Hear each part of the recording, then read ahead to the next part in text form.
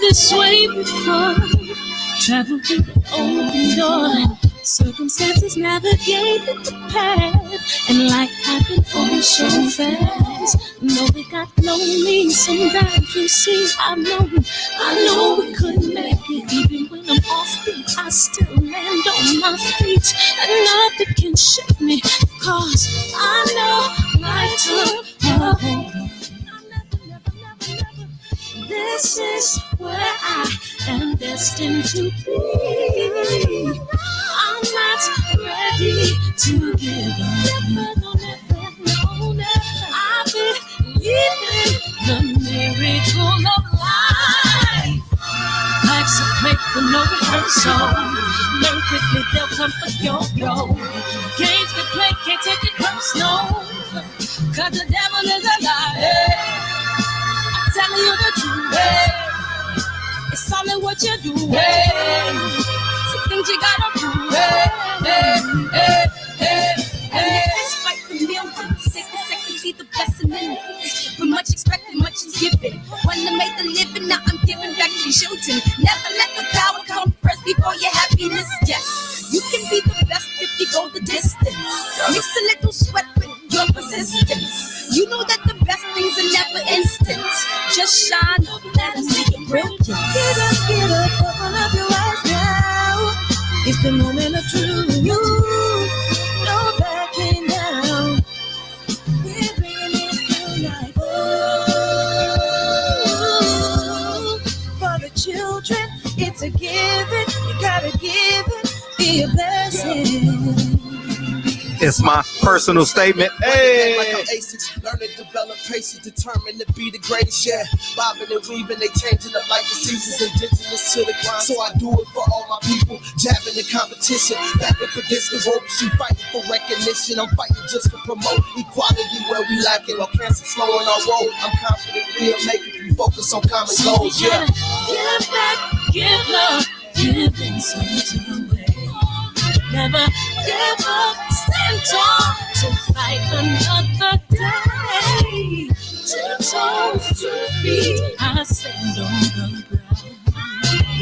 I'm going back soon and fight this final round. Life's a play for no rehearsal. Learn quickly, they'll come for your blow. Games they play, can't take it personal.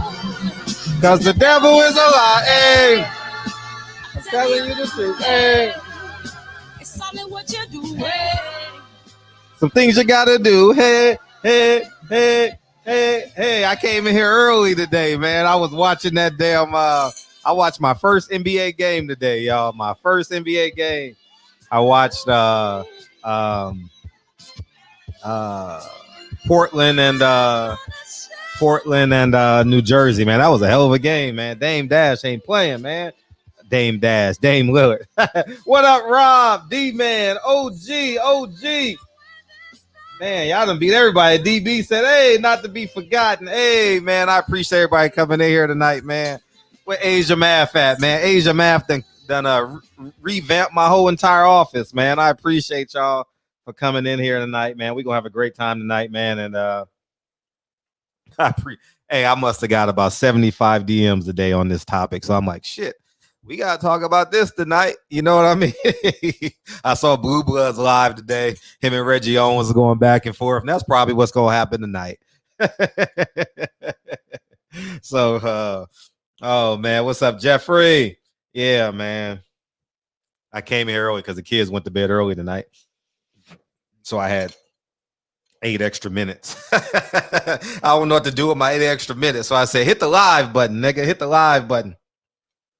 So yeah, man, I appreciate everybody coming in here. And where do I start? I can't play it because of the copyright, but go to I'm pretty sure you've seen it already. Just Google it. Tyson Fury says N-word, Biggie Smalls for his birthday and stuff like that, and it should pop right up. But what was most compelling about that was that he was doing it in front of his kids, in front of his daughter, you know, and as parents, I believe we're very conscientious of things we say around our kids. And it's just my opinion. I'm not saying that I'm the perfect dad, because I believe in uh you raise them for the natural habitat in which that you hope that they become successful in. So I'm not going to sit here and say that, you know, because Lincoln and I play Nipsey, but that's also my culture, And I thought that Tyson Fury was very intentional. I thought everything he did in that video was on purpose. I thought everything he did in that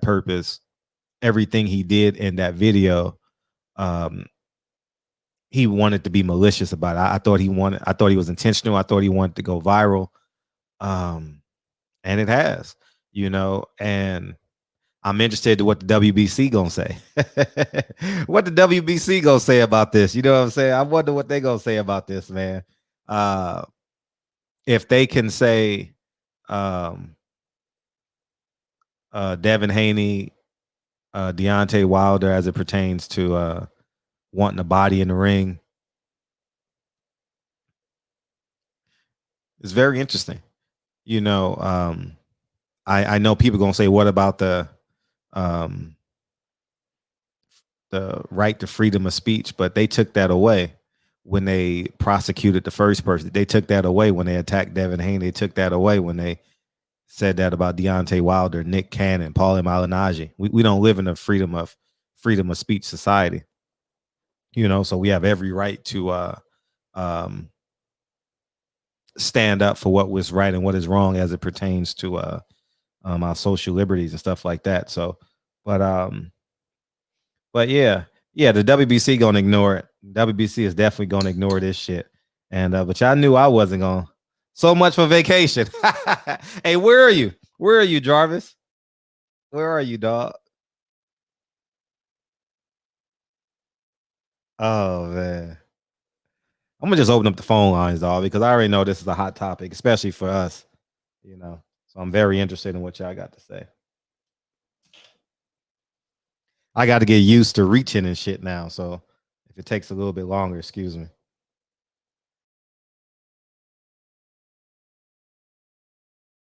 Phone lines are open, so feel free to call in. And Reggie Owens, have you taken back your statement? You don't believe it was malicious? You don't think it was on purpose? I just think that if I say something about those other people, what I mean, it's just, I don't get it, man. I don't get it, man. We always got to be on our knees, man, saying it's okay. It's okay. It's okay. Do what you want to do. I'm gonna forgive you. Oh, you killed my son. Oh, I'm gonna give you a hug and pray that you get a lighter sentence.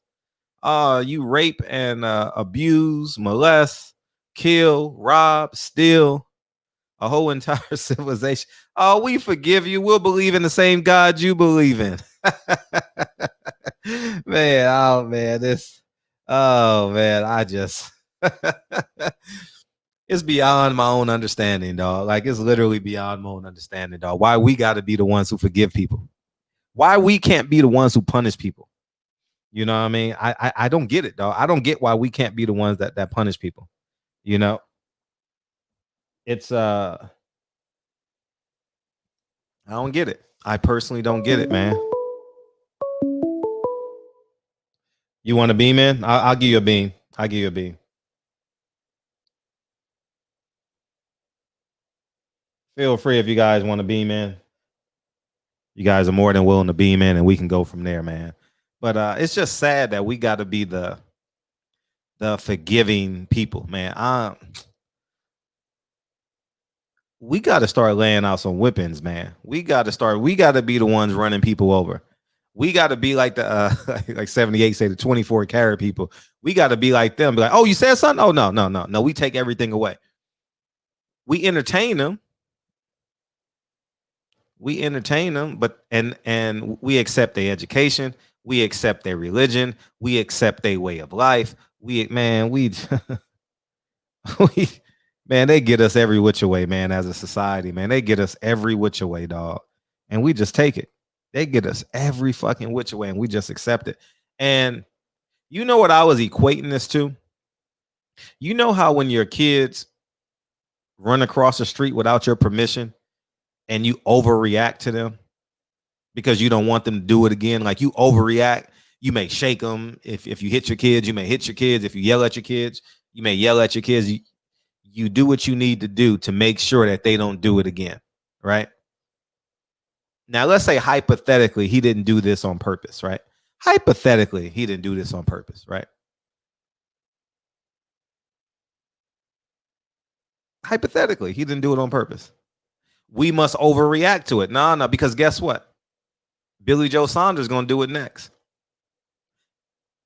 And then after him, the Liam Smith and Walsh brothers, and then Carl Frampton going to say it. And then it's just going to be, and then guess what? We have nothing left. You know, I mean, it's like the gateway drug. Oh, I can't say it in the conversation, but I can say it in the song. Oh, weed is legal. So I'm going to start with weed. You know what I mean? And then I'm going to work my way up to PCP and coke and crack and whatever else is out there, prescription drugs, you know what I mean? And I think that that's the case. You know, I really think that that's the case as it pertains to this, you know, but feel free to call in, man. The phone lines are open. Go ahead and beam in, H Money. I sent you the voicemail so you can beam in. And what else is going on in boxing? I think Devin Haney has a fight date October 3rd. You know, it's just a whole bunch of hogwash, man. I just couldn't sit here and be silent on this one, man.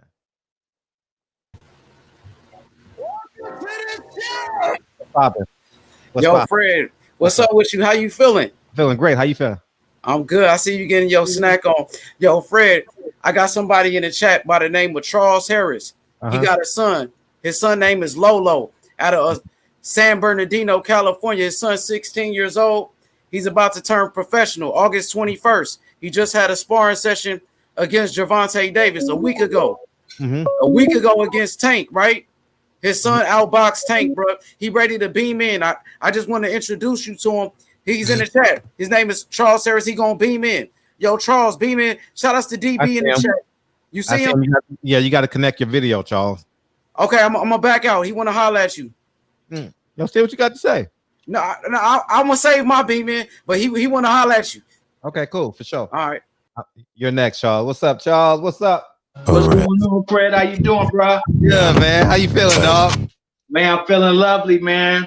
You're like H Money was telling you, my son just sparred Tank. Last Friday? You know, I'm from Southern California, from San Bernardino, California. We went down. You know, my son's 16. He's ranked number 1 in the nation at 132. He's 16. He's 16. He's 16. We went down to Vegas with no contacts, looking to spar Devin Haney. Oh wow. You know, I wanted to put him in deep waters because I know I got something special. Sure. You know, so I wanted to see, like, you don't know if he's really special until you really, you know what I mean, until you put him in there with something special, right? So I ended up getting a phone call. A guy calls me back and says, I got the best work in Vegas for you. He says, I got Gervonta Tank. You know, so at this point, I'm pumped up. I'm like, okay, you know, I'm pretty excited. You know what I mean? So they said you're set up for Friday at 5:30 p.m. for Tank sparring. So we go to the Mayweather gym. We fast forward. We go to the Mayweather gym, right? Take time to tell the story. Put every detail and extra you want to put on it. Okay, bet. And you about to get some life out of this. So take your time. Bet. So listen. Okay, so before that, I called Mickey Bay ends up calling me, Dev's trainer, back. You know what I mean? He says Dev's not available. You know, and then he asked me, is your son pro or amateur? I tell him, you know, he's amateur right now. So then he starts telling me about his amateurs, and I'm like, nah, but we about to spar Tank. So his voice got a little high. He's like, what? You know what I mean? He's probably thinking like he's 16 and he's gonna spar Tank. You know what I mean? And so I could hear it in his voice. You know what I mean? That he was a little reluctant about this. You know what I mean? But you know, I'm confident in my son. So. You know, so fast forward, I get to Friday. We pull up at the Mayweather gym at 5:30. We get in the Mayweather gym. everybody's looking a little mean, mad dog, and everything. The vibe, the vibe's a little off. One guy keeps telling my son, are you pro? And he's telling them, Tank is explosive, like be careful, and you know what I mean. So finally, I get a little frustrated with him. I tell him, "Hey, man, are you the pressure guy? Like, what's up with you? Is that your job in here? To put the press on people or what? We know what we're doing. This is boxing. My son been fighting since he was 7 years old. He's 16. He got some years in the game now. So he basically backs off us, okay, and he finally comes back in the room and he says, Tank and Floyd have arrived. He says, get ready, youngster. You know what I mean? So my son start warming up. Meanwhile, Floyd Senior's in there. It's a whole bunch of people. You know what I mean? Whole bunch of people watching. They were looking at me when we walked in the gym, kind of like, what are you doing with this little kid? You know what I mean? I think they were looking like, who is this guy? You know what I mean? So anyhow, so my son starts warming up. Floyd walks in the gym with Tank. Oh, they arrived together. Tank and Floyd arrived together. Exactly. Okay. So they walk in the gym. They walk right in front of us, right?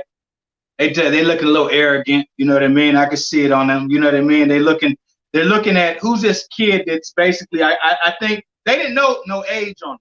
So they're looking like who's this guy that's called Tank out, I guess, for some sparring. So Floyd's looking us up and down. Tank's looking a little bit. He's peeking. You know what I mean? And they're running to the back, almost like kind of, you know what I mean, like as if they're going to, put some slaughter together, some slaughterhouse together, or something. Almost like they about to try to kill my son. So I see Tank, he runs off, stretching his arms, almost like it's going to be easy work. You know what I mean? So my son is peeping all of this. He's very observant. You know what I mean? He's peeping their body chemistry, everything. You know what I mean? So it kind of made my son tune in more. You know what I mean? He's, so Floyd comes in there. He stands right in front of us and he says, we want an orthodox fighter first. He's looking right at us. The other two sparring partners is on opposite sides of the gym. You know what I mean? They're not even, where they can hear him. You know what I mean? So he's obviously talking to me. You know what I mean? So at this point, I look at my son. I'm telling, and I tell Floyd, I'm like, my son's orthodox.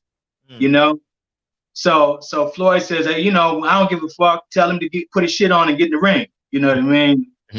At this point, I see the little arrogance. You know what I mean? And Floyd starts talking, and he's saying that anybody could go one round. You know what I mean? He keeps saying that anybody can go one round. And in my head now, I'm trying to process this. In my head, I'm thinking, does he think that Tank's going to stop my son after this round, or what is he getting at? You know what I mean? So they hop in the ring. My son hits him with a little jab. Tank goes a little straight left towards the body. My son hits him with a little check left hook. Boom.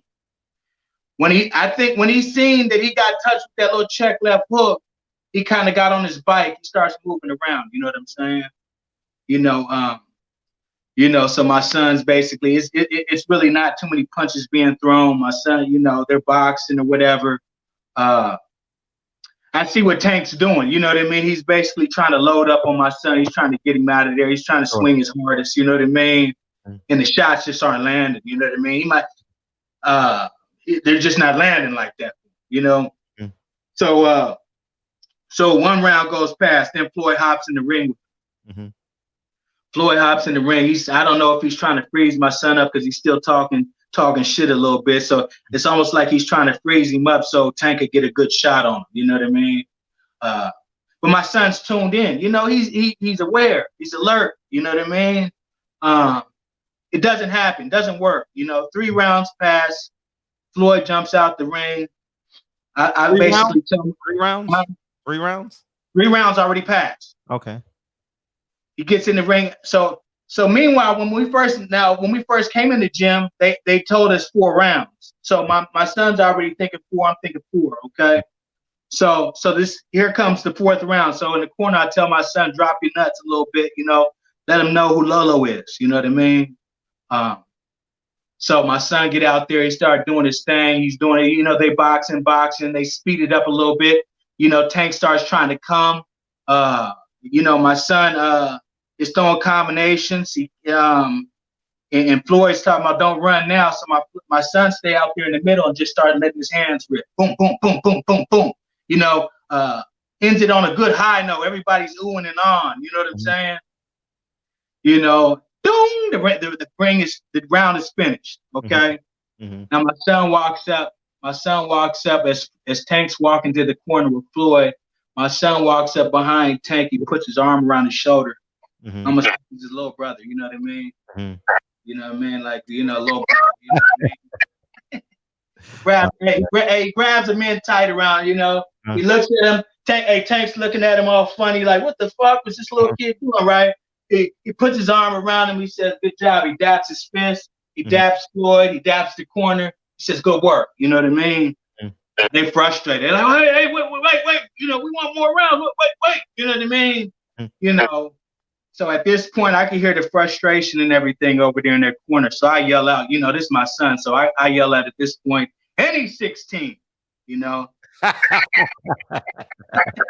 man, that's funny. Him up at this point, you know, everybody let out a big sigh. You can hear it, you know what I mean? Tank's over there. My son telling my Tank's yelling out, he can't say that. You know what I mean? I'm like, you know, you mean you can't say that, nigga? You know, you feel a little embarrassed or whatever, right? So Floyd turned around. Oh, we don't care about no age. What, you know what I mean? What that mean? You know? I said, you know, at this point, I'm thinking, yeah, you might not care, but you gotta respect it. You know what I mean? You know, my son earned that respect. So we get out the ring. Everybody's dapping his hand. Everybody's coming up to my son. Good job, great job. You did great in there, young man. You know what I mean?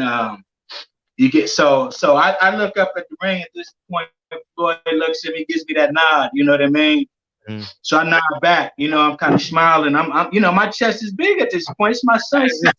It's your son.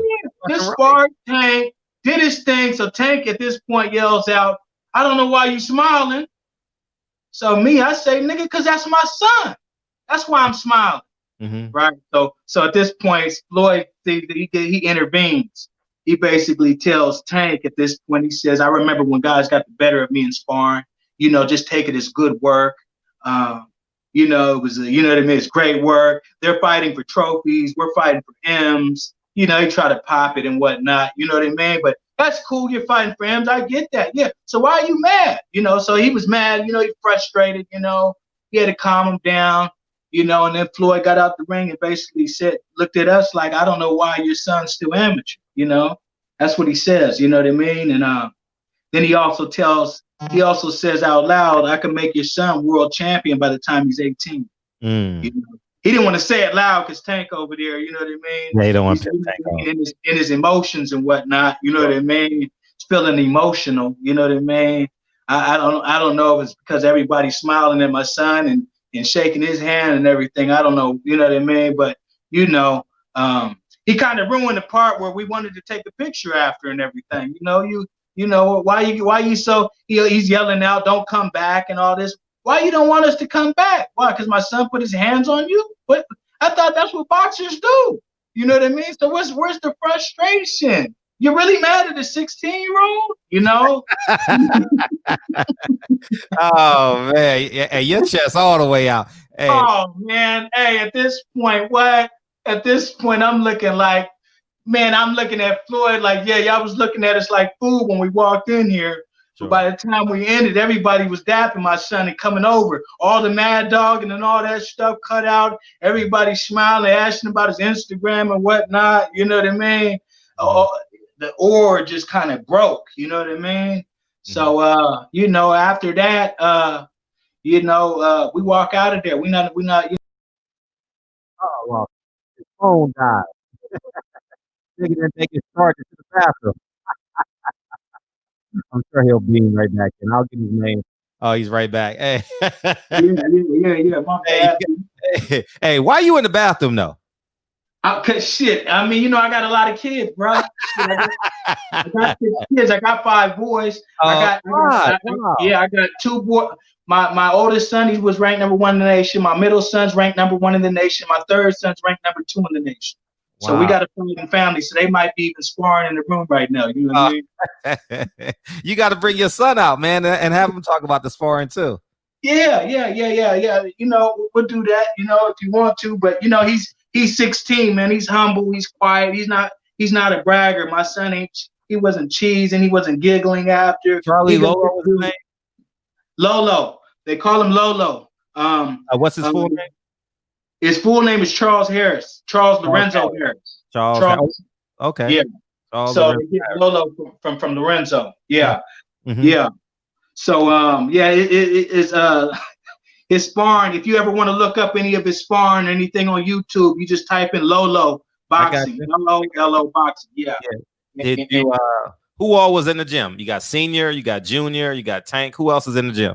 You got like Andrew Tabiti, you got Thomas Hill, you got you know, it's all the little Mayweather's peoples, man. You know what I mean? I'm not from Vegas, you know what I mean? Mm-hmm. But it was a gym full. They was coming to watch the sparring, you know what I mean? Mm-hmm. You know, it was the usual crowd, I guess, down there. Okay. You know, but those were the names I knew. You know, I don't know nobody else really up there. You know, everybody, like I said, was giving us the cold shoulder when we walked up in there. You know, but that's cool because I've been walking in gyms with my son since he was 8 years old, and he's been handling stuff since. You know what I mean? You know, and this was no other day right here for us. You know what I mean? It really let me know where we stand with this whole boxing thing, and that I do got something special. So you're turning pro on the 21st? On the 21st in Mexico. Okay. Yeah, quick. You ain't playing. Yeah, it'll be live. It'll be live on the little LA TV, like the Mexican channel and whatnot. Yeah. Okay. And Friday at 6 p.m. Have you spoken to Bill Haney about stuff like that? Bill Haney took his son over at 16, 17 as well. You know, I'm not tied in with all these guys, man, and I don't know if they might feel a certain way because we were looking for that sparring, looking for work. But you know what, man? When they were young, they were looking for the same thing. You know what I mean? They were looking for the same thing. So sometimes guys feel like I'm being arrogant because I'm saying I was looking for Dev or whatever, but we were looking for that sparring. We were looking for smoke.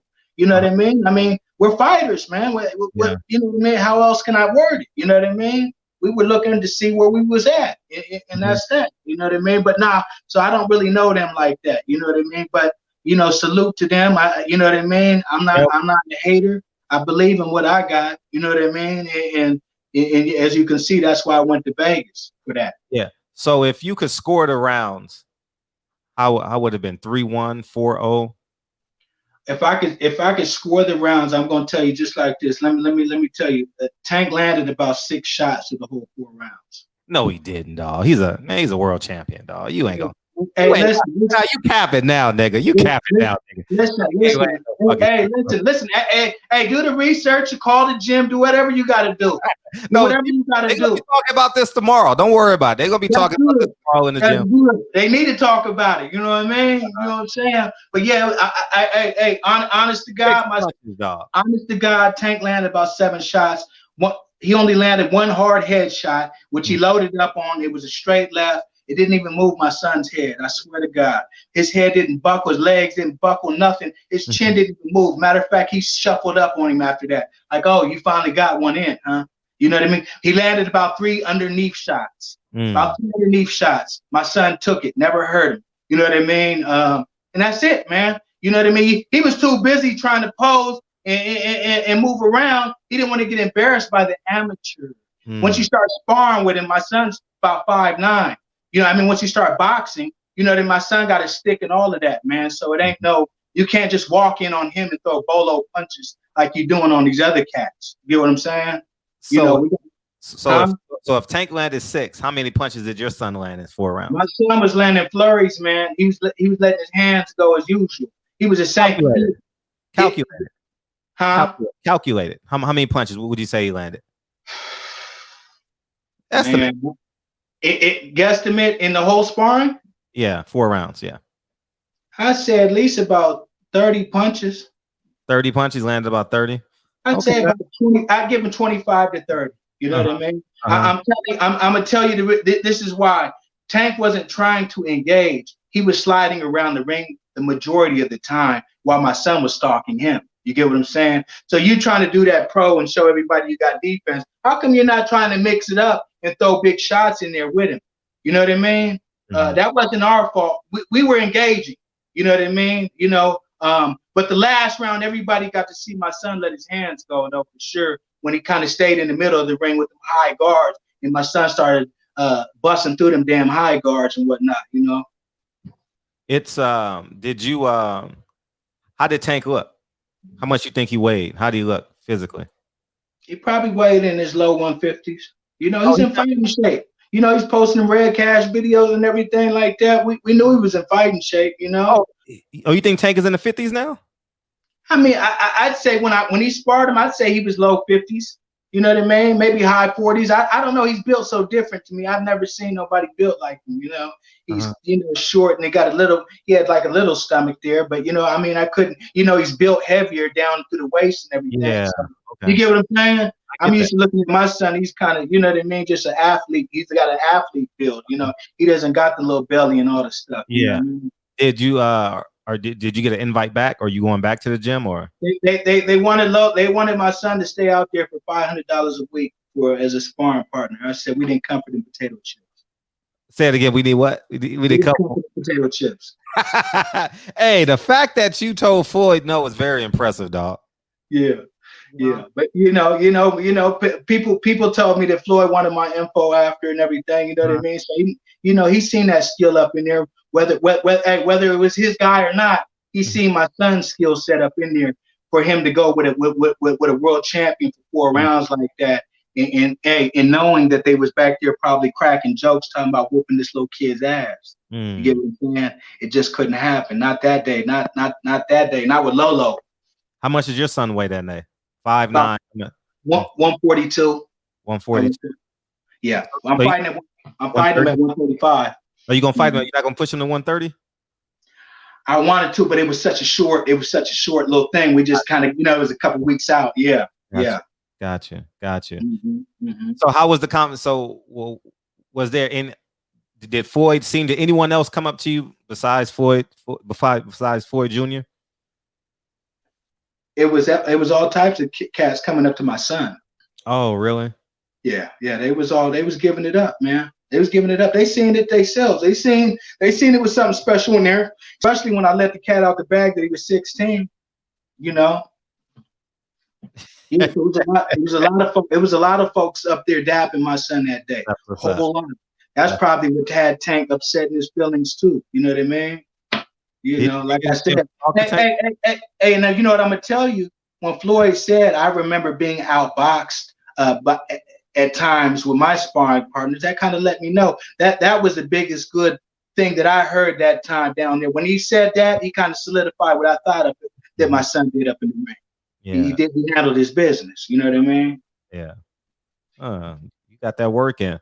Are you going back to Vegas anytime soon? Maybe after this fight, you know what I mean? Maybe if we could, it was just so, you know what I mean? Like a lot of people say, oh, well, if you go back, Tank's gonna have a chip on his shoulder. Well, Tank had a chip on his shoulder when we were there. You know, I don't give a damn about this nigga getting mad. You know what I mean? You got to fight. You know what I mean? You could throw them little pissy fits all you want, but in the ring, you got to put the gloves on and move around and actually throw shots. So, I mean, if my son did spar him again and he opened up more, it's gonna be more openings for us. That's the way I look at it. You know what I mean? You're right. It will be more if he opens up. It's definitely more. Who offered you the $500? First, let me get Big Dog Willie. Big Dog Willie, salute to the chat.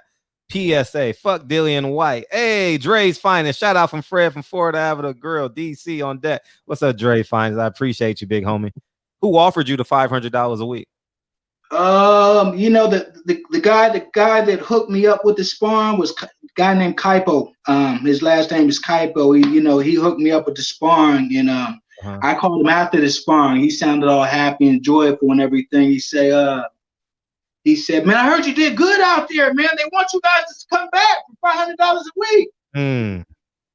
So I'm like, yeah, well, Yeah, that's not what we came for, bud. You know what I mean? Mm. We came to see where we are at. You know what I mean? Really, you know what I mean? And And now you you have know, supreme confidence now. oh yeah, it's out the roof probably. But but my son already knew that he could handle himself in there, man. When you get a special fighter like that, they got all of the things. The mind got to be so tough mentally to be a fighter. You get what I'm saying? So first he had to gird himself in there, and then he had to make sure, you know what I mean, he did his thing. So Mhm. yeah, his mental, my son's mental is so strong. He's not shook by all that talking and looking, all them tank Instagram videos, because he believes in his skills. Do you have any video footage at all of? Man, first thing Floyd said when You he know, came in the door, no recording. But I think they said one of my partners said that one of his security guards was in the back taping that sparring or something. You know what I mean? He was by the door taping sparring or something. So, uh-huh. um, if they could release it, they got the footage, whatever. You know what I mean? Sure. Yeah, But Tank. I'm pretty sure Tank. Somebody at Tank recorded. it was plenty of people that saying you could do the research down there if you want. No, I'm gonna take your word for it. I'm gonna take your word for it. I'm gonna edit it out and guess what they're gonna be talking about tomorrow in boxing. Yo, son. You know what I mean? Basically, you know what I mean? Tank got beat up by a 16-year-old in sparring.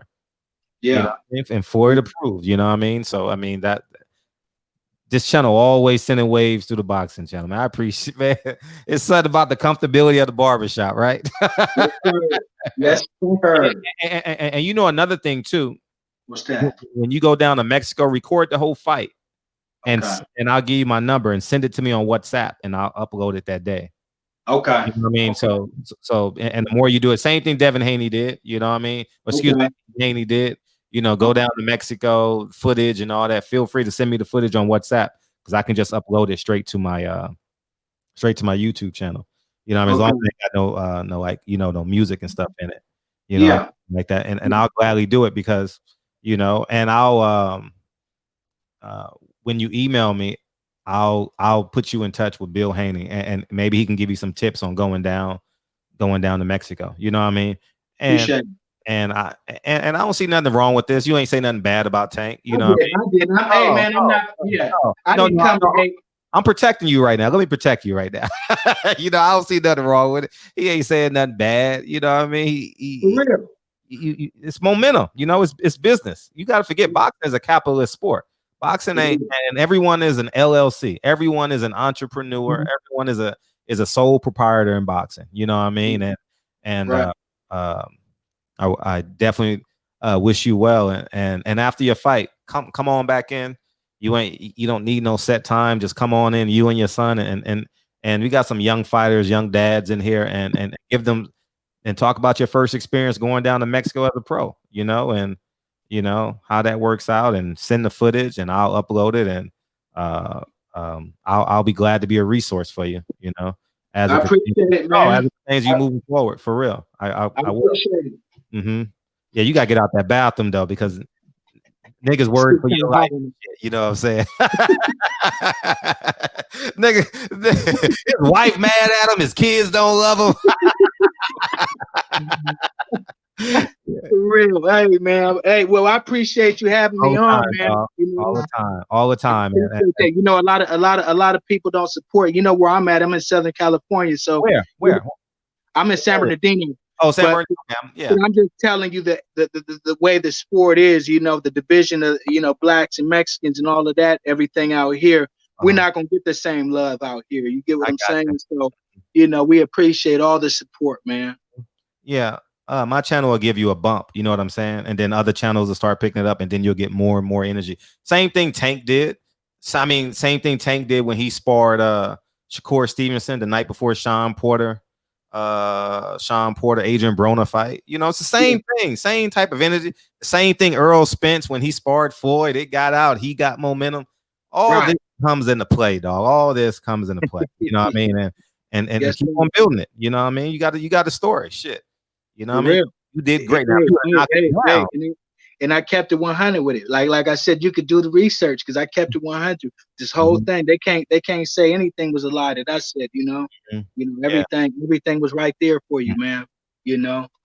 Charles Harris is his name, and his son name is Charles Lorenzo Harris Jr., right? Yeah. 16 years old, opening 16. at 135 in Mexico on August 21st. And 6 p.m. yeah, and you got a pen? You got a pen handy? Okay. Oh, just DM it to me. Here, I'll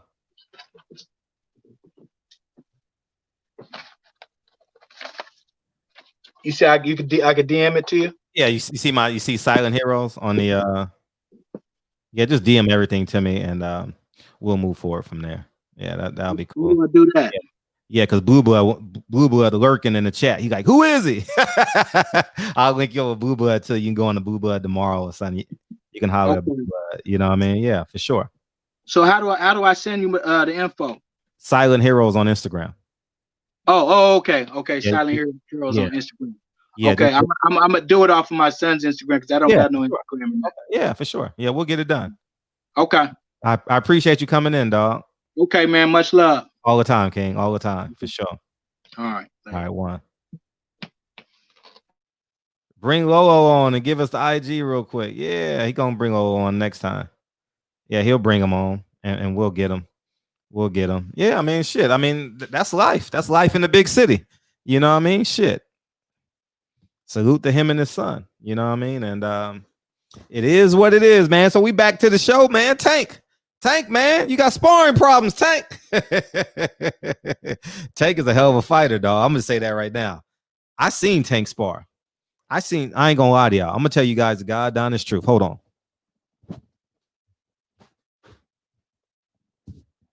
I seen Tank made a sparring partner quit. Made a sparring partner literally. Tank was applying so much pressure on that kid. That kid was in the corner for about a minute and a half of the round. It was probably the second round of sparring. Tank was applying so much pressure that the kid was in the corner. And at this time, Tank can feel like Jaws, right? And Tank is doing this and faking here, shooting here.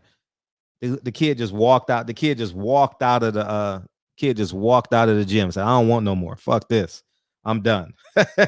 You know what I'm saying? True story. I saw it with my own eyes. Barry's Gym, Las Vegas. I forget what fight it was, but I was there. So I've seen Tank really put hands on people, made people quit and sparring. And he beat up 2 sparring partners that night. 2 sparring partners. Man, he had a whole bunch of niggas in there betting and shit.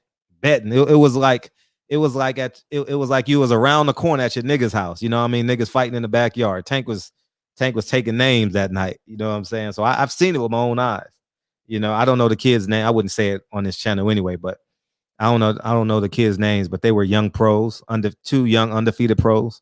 You know, he did well with them. So yeah, but yeah. Lolo the coldest one. Okay. Lolo the coldest one. So feel free to go check him out. And yeah, man. To August 21st, we're gonna be looking out for him. That's next Friday. August 21st is next Friday, I believe. So that's where we're at.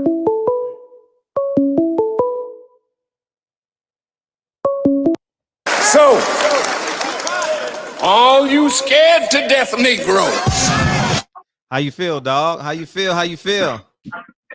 55 good, no 55 meal, as we all should feel. You like Man, how I want to call him. Yeah. Go ahead. I said I want you like how I added the accessories, right? Thank you for the chair, homie. I appreciate you. I'm sitting here living my best life. What's up? Yeah. Oh, I do see the barbershop spinner thing. Yeah, I had to add the accessories. Yeah, I had to add the accessories, dog. Yeah, that's what's up, man. That's what's up. I wanted to call in while he was in because first it was some Olympic hopefuls that I wanted to throw at him to see if he put in work with them, but he's not here to answer. He's in the chat though. He's in the chat. Well, if he's listening, you know, respond to that. And thanks. I lost my other question. Yeah, he's opening up at 135, correct? Yeah, that's what that's his pro debut. Yeah. Yeah. Oh, and why he feel the urgency to go pro? Them are his kids, and you know, he got 5 sons. I have 5 daughters, so I'm not going to question him as a parent. But I'm just intrigued to know why is he bypassing the Olympics or he's in the Pan Am Games versus going pro. You know, in this climate anyway, because you know the stringence of the economics in boxing right now versus he could, you know, build a platform where his son getting exposure with the Olympics. So, you know, that was the question I would have had for him. And if he's listening, that's a great question. That's a great question. That's why I say we're all producers on this show. Oh, you should have put it in the chat. I would have saw it. Yeah. So I'm you know, I probably beat a lot of them to the punch too. You know, probably Reggie Owens probably had the same question in mind. Real Rap and Phil H. A lot of them. You know, we all, you know, great minds think alike. But I'm quite sure a lot of them is wondering, okay, he performed that good against Tank, which I'm not questioning. The only thing I would question, maybe Tank had an off day or his ego got the best of him. You know, because like, you know, we know what Tank can do. And this is not not to his son, you know, and it's good. He did say something that really grabbed me, said his head is together. So if his head is together, then, you know, everything is believable. But I remember the other question I want to ask him. What is his son's strongest skill set? We understand his head is on the shoulders, right? So the mental factor, okay, cool, check that box. But physically on the skill set, is he strong with the push jab, the check hook, going to the body? What is his strongest skill set? Is his footwork? Yada, yada, yada. So if you could get him back on, let him break that down with his son, you know, some things we could look out for. That he feel that his son has really matured as far as the skill set of boxing. Gotcha. Back in the chat. One love to the chat, to the kings and queens. Thank you, Asia. Thank you. All right, no problem. I appreciate you, big homie. All right. Asia Mav, the donor, the chair donor. We got blood donors, but this is the first ever chair donor in the history of the world, Craig. Oh man, you want to see the chair, the accessory? Yeah, the chair. I'll do a vid. Matter of fact, I'm gonna do a video of my new office, man. I'm so proud of my office, man. I'm so proud of what it's becoming. Still got work to do, but it's definitely coming. Show us the chair. I'll post a video on it tomorrow. I'll post a video on it so y'all can see it, the full chair. You know, I realize that it's not. I got to put the camera lower if y'all want to see it, but I think that's a bad angle. Y'all want to be looking up at me. You know what I mean?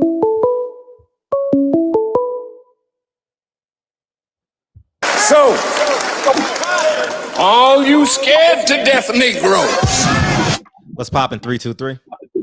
What's up, Fred? How you doing, sir? How you feel, dog? I'm good, man. This is Jason, man. Hey, what's up, Jason? How you doing, man? Hey, it's just I've been watching you for a while now, and I appreciate what you be doing. And I was listening to one of your shows you did on Lou. What's the name, Lou? DeBella. I'm sorry about. Yeah, I'm sorry about butchering his last name. No, it's fine. You mentioned this a couple of times, saying that 3 to 4 years you're gonna be leaving, and I was thinking, like, I'm pretty sure you talked to DB, H Money, Reggie Owens for sure, and Patty Queen. I was just making a suggestion to them as far as I talked to DB about it, and was telling him, like, man, maybe if you guys start having them on more, just to get them integrated in more, because if you leave and he about to be I'm still gonna have the show. I appreciate you, man. That's love, man. You love me that much, dog. I appreciate that you love me that much. I'm taking it in a whole nother thing. I'm glad you love me, dog, because you know what I mean. It's I'm glad you love the platform, dog, for real. No, I do, man. It's like I listen to you, man. Even though I might not agree with everything that everybody always says at all times, but I know it comes from a sincere place, genuine place, and it's for us, the black people. So you know, we all get to our own finish line and our own journey our different ways. So we might not see it the same way, but I know that everybody wants to get to that same destination. So you know, I just appreciate having this show, like you having this show, because it's like, damn, like, okay, I'm not the only one out here thinking like this, and I'm not the only, my family not the only one over here, like, just like on some, like, okay, it's more black people out here really talking like that, want to see progress, not with the DS, you know. Sure. So I just appreciate it, and that's why I always be like, man, let me shoot them 20 or 30, you know what I'm saying? Just because I know that helps out, you know. Yeah. And I, you know, when I get more, I'm gonna definitely be sending more at all times whenever I can do whatever I can do. Yeah. And I just appreciate y'all, DB for sure. Yeah. Reggie Owens, H Money, Real Rap, definitely the Queen, Patty Dean. Thank you for the medallion, Miss Patty. Thank you. Damn. Y'all famous. Y'all famous. See, that's love, man. We a real community, man. Everybody famous in here. Everybody famous. Deacon 305, I definitely don't want to forget him. Drew, you got Drew Tyson, everybody. Yo. You know, I definitely apologize, but I do appreciate everybody because I learned something from everybody. So I mean, sometimes I don't have a lot of comments because I have to listen instead of just be sitting there trying to type. And I get that. Like, man, let me listen. Because if I don't, I'm not gonna talk about something I don't know. I don't think that's smart. I know you can't eat the pussy and play with the titties at the same time. Huh? Man, I know you got problems, nigga. You got problems, nigga. I promise you, I try though. But that's all I really wanted to say. I appreciate just got you off calling work, that. So I don't know what the topic was. I just was like, let me call in while I seen it open for half a second. I appreciate you, man. I appreciate y'all and thank you so much, Fred. All the time. All I really wanted to say, all the time, dog. All the time. All right, y'all have a good one, man. Y'all be safe out there, man. Be safe. Yeah, we love you right back, Patricia. For sure. We love you right back, Patricia. And I was like you, Reg. I was waiting on that butt too. I was like, hold up. I just got a compliment. Whenever a nigga start off at a compliment, what a fucked up world we live in, right, Reg? A nigga give 2 compliments. You like, hold up. I know something's about to happen. Okay, hold up. All right, ain't that the truth, nigga? Ain't that the truth? Oh man, the nigga can't eat pussy and play with the titties at the same time, dog. You know what I mean? You know what you got to do? You got to go on. Nothing. I ain't gonna. Nothing, man. Nothing. Anyways, I'll save that for another show.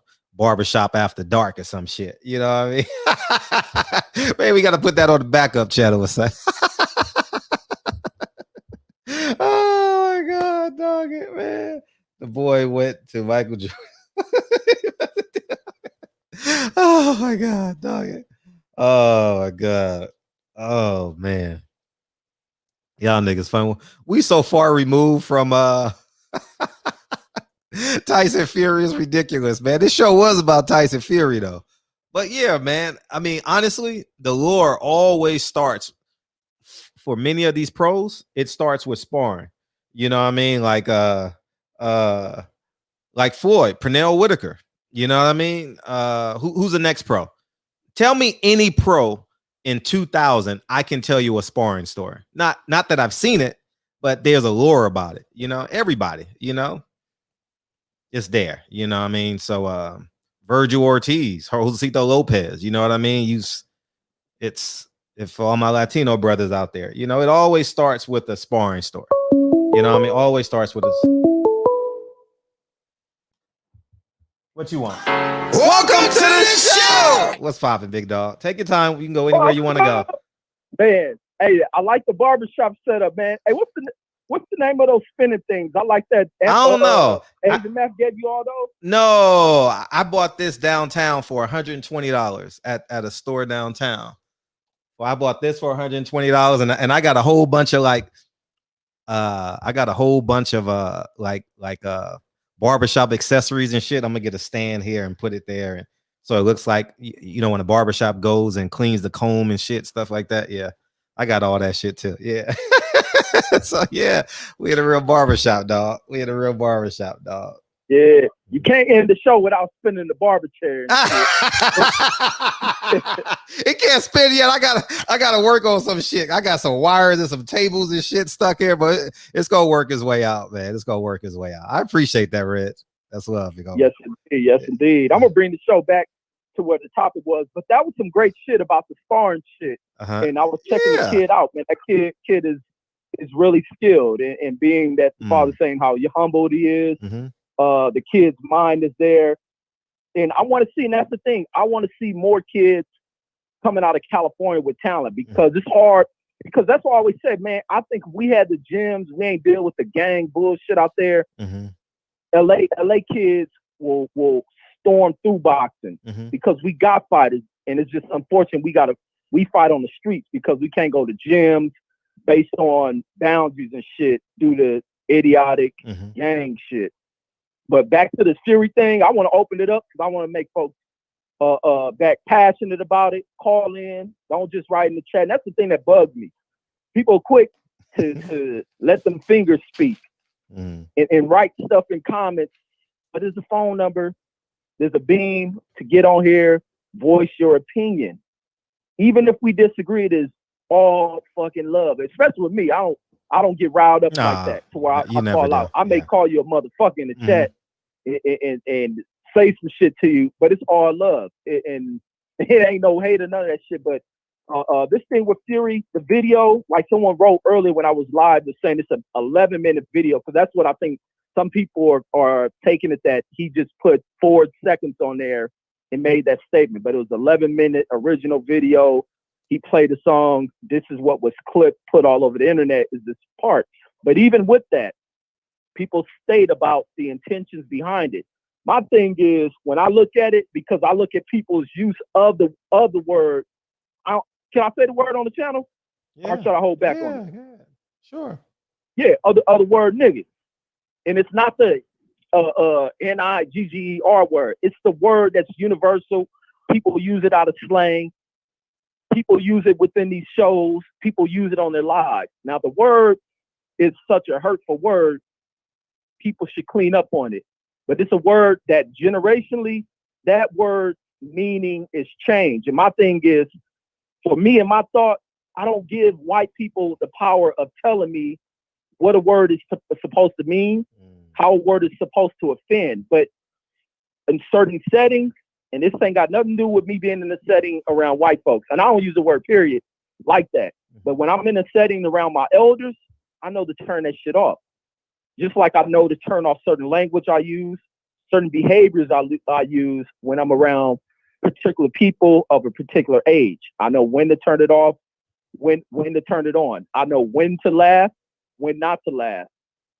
And that's just the way I go about the word. But with this word and the effect of what Black people are culturally and influentially around the world, people use the words that we speak on. Now, I'm not just talking about this Tyson Fury shit. I'm talking about with seeing white kids. And I've intentionally, when I put videos up of gore videos, especially on Instagram, it's to see the flow, the reaction that people get, because people have selective reasoning behind how they react to things.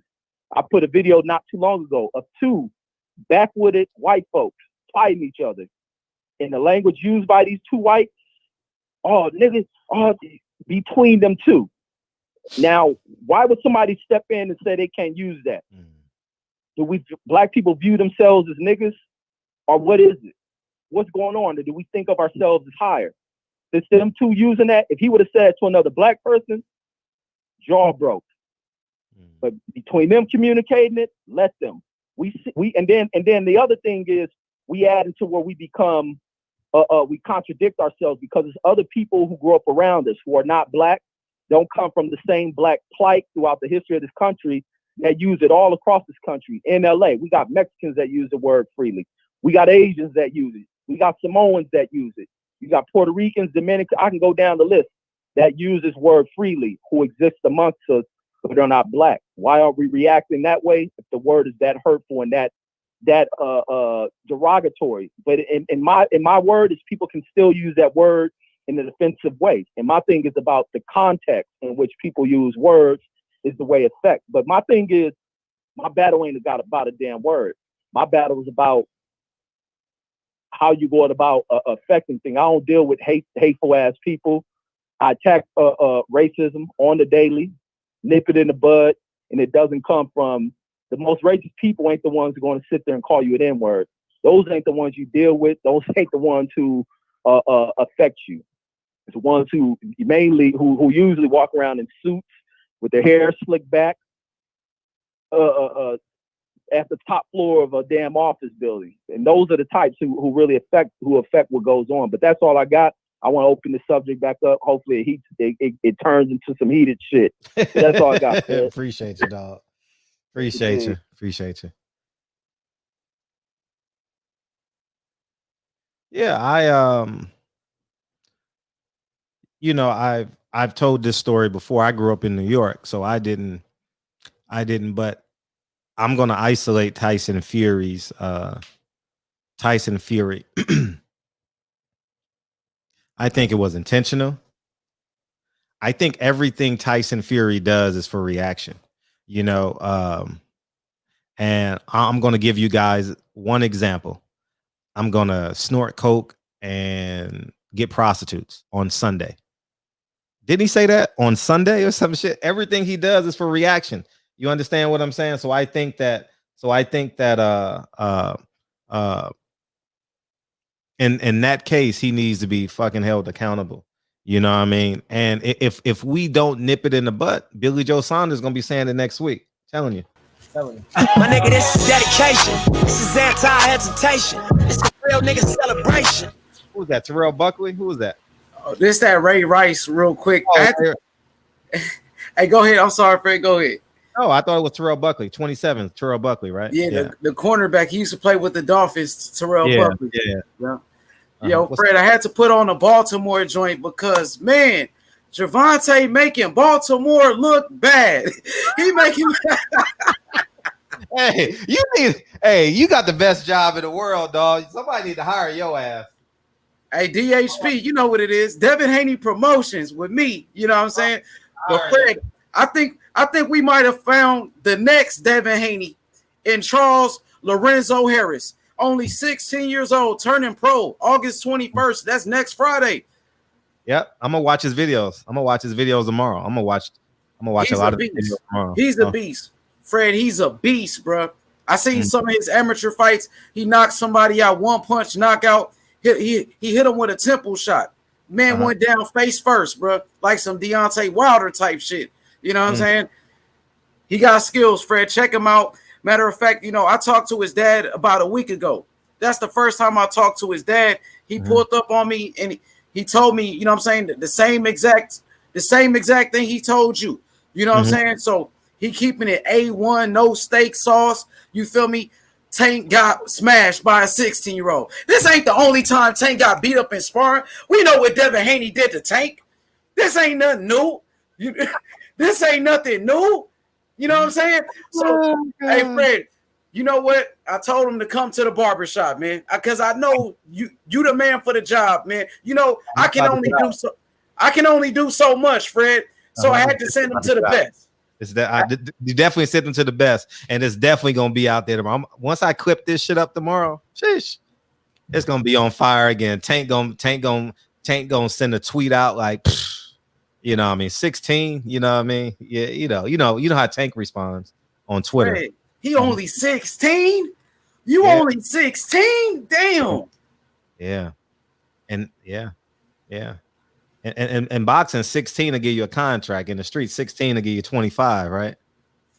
Facts. Fact, Fred. No cap, man. No cap. He put hands on Tank, bro.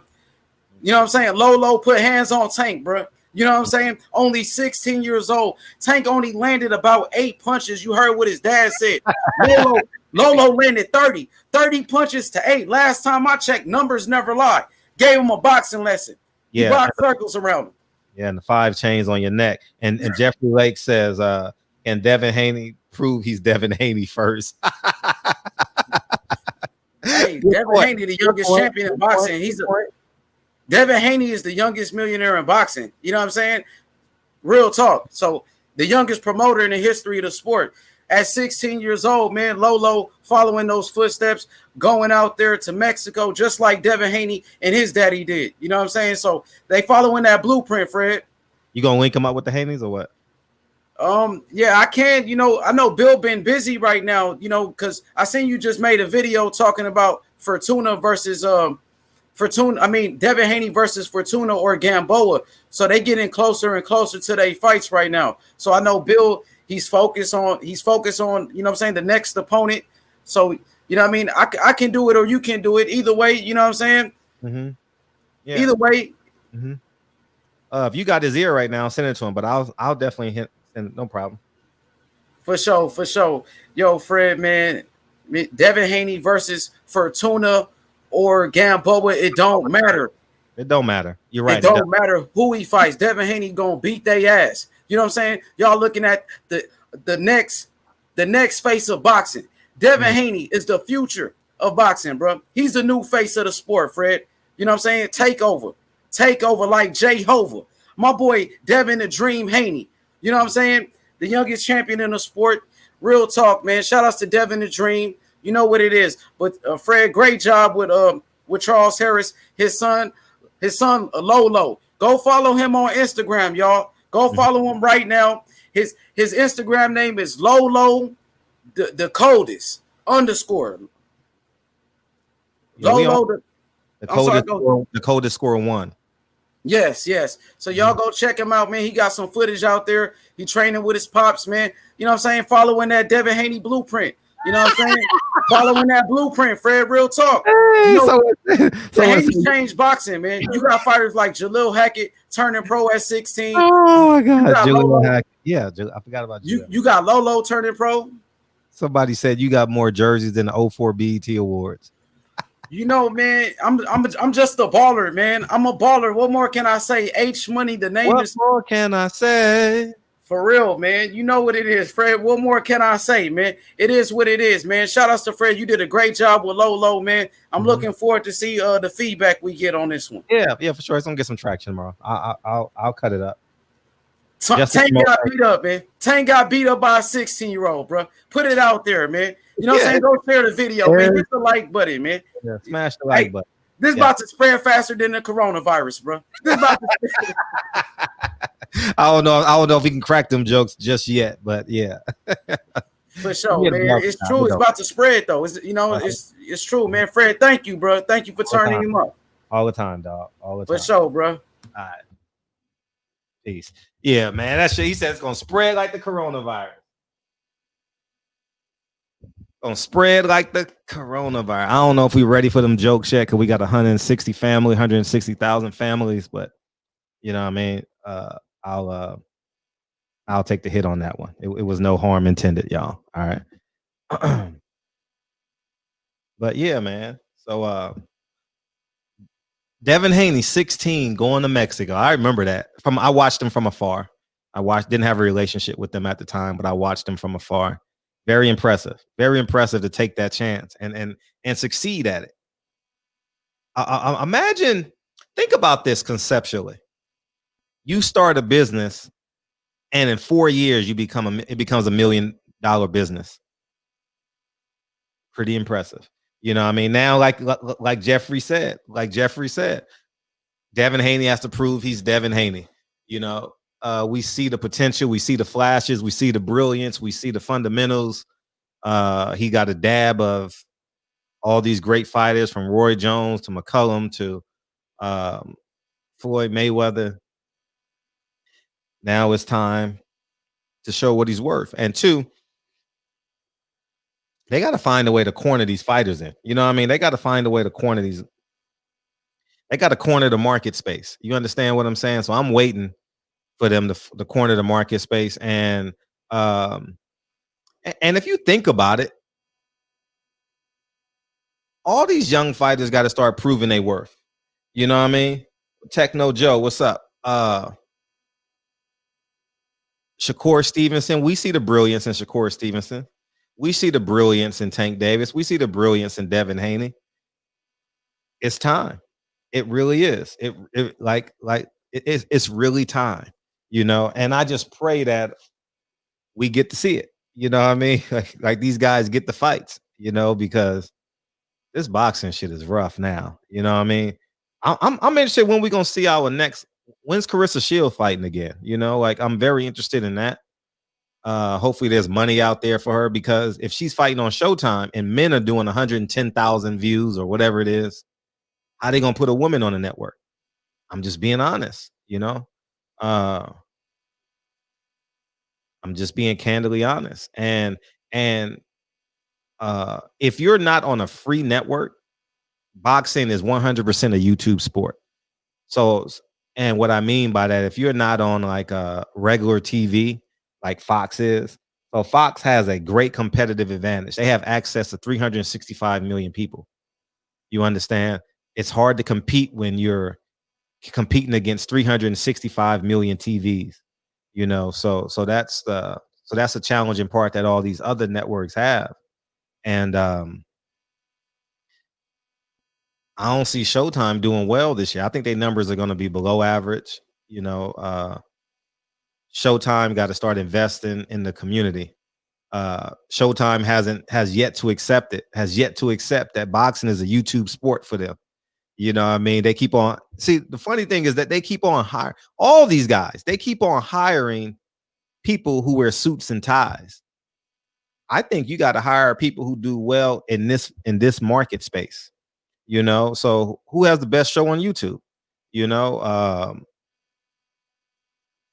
I mean, there are so many. Like, you can go from Blue Blood, you can go from Trill Boxing Talk, you can go to the Boxing Voice.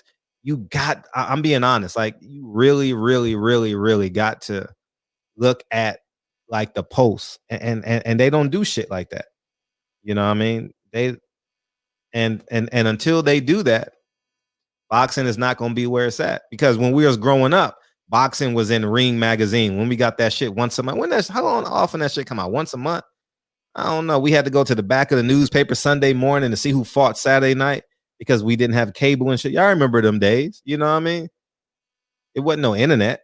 We had to read the LA Times, the New York Post. Who fought on the undercard? You know what I mean? And that's how we found out. You know, or not unless you gotta made the Olympics. You know, but yeah, man, that's kind of where I'm at. But getting back, their last show did great. Oh, you talking about Fox? They did over 1 million views.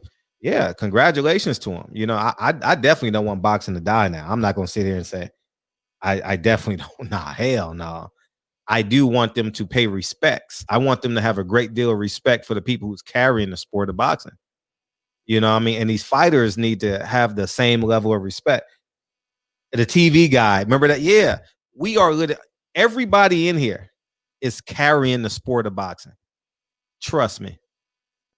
This platform I'm creating a parallel between every other platform, even the ones that hate me. We're carrying the sport. Don't let no one fool you to believe that you're not carrying the sport. You know what I mean? We got one of them. I'm gonna tell you how much we're carrying the sport. How much the fans are, if not more important than equal to the fighters. There is a world champion who is the youngest WBC champion in the history of the sport. Him and Mike Tyson, second youngest, first youngest, I don't know who. Mexican American fighter who is fighting this Saturday. 20% of y'all just found out that David Benavidez is fighting this Saturday.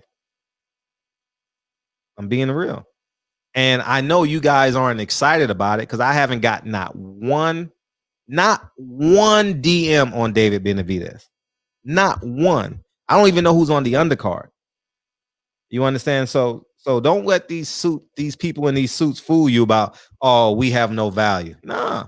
If we ain't talking about it, people ain't gonna watch. And if you put all our platforms together, we talking to hundreds of thousands of people. But you know, like, damn, we going off on another tangent. Shit. Anyways, that's what we do here anyway. If boxing media was smart, every boxing media platform could be making $3,000 to $5,000 a month just covering the sport of boxing, getting checks from these executives. I'm telling you, ESPN could be paying every media outlet that covers boxing. Well, it's what you negotiate. It's not what you're worth, it's what you negotiate. But you know what? It ain't gonna come that people gonna say, well, I got hundreds of thousands of followers. I got 50,000 followers. You got 150,000 followers. I wish people understood the game, because you can take that and still do what you want to do. You know, force them. But yeah, you know, but Fred, they got Telemundo. Hey, I wasn't the only one 11 a.m. watching them fights on channel 34, 52 or 34. What channel is Telemundo? 52, 34? One of them channels. I remember watching that motherfucker, putting that shit on mute, playing my music. Hell yeah. Playing my Biggie. Who else? Who listen? Who listened to the who used to listen to the telecast? I used to put it on mute and listen to hip hop. But yeah, that was me. You know, Fred, when you gonna do a session? Call the crackhead. Oh man, the next time you call in BNB, you don't call in as often as you should, dog. You know what I mean? You got to call in more often. 34. Thank you, Phil. I knew it was one of them channels, 34 or 52. Yeah, 56. I used to watch 56 was like a high school sport. No. I used to watch basketball. Some basketball game used to come on channel 56. I forget what it was. At the high school channel, some shit like that. I don't know. But yeah, man, getting back to Tyson Fury. Y'all quiet on this topic. Y'all quiet on this topic. I'm shocked. But yeah. My mom just sent me a picture of Malcolm X getting a haircut. Y'all already know I'm about to get this shit done. She just sent it to me right now. I want y'all to see it.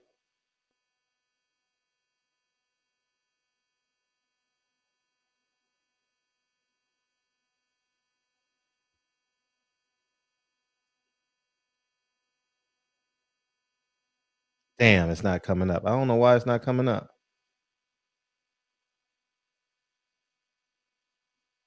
I'm about to get this painted for sure. Hey, I'll be telling people, man, y'all don't believe me how much research I'll be doing on Malcolm. Like it consumes all my free time on the internet. It's the craziest shit ever. You know, if they I'm about to get this done. I'm gonna get this I'm gonna get this in a small portrait. That's what I'm gonna do. Yeah, what's the deal with Fury? So Fury was listening to "If You Don't Know, Now You Know, Nigga," and he said it in front of his 5 kids and his wife.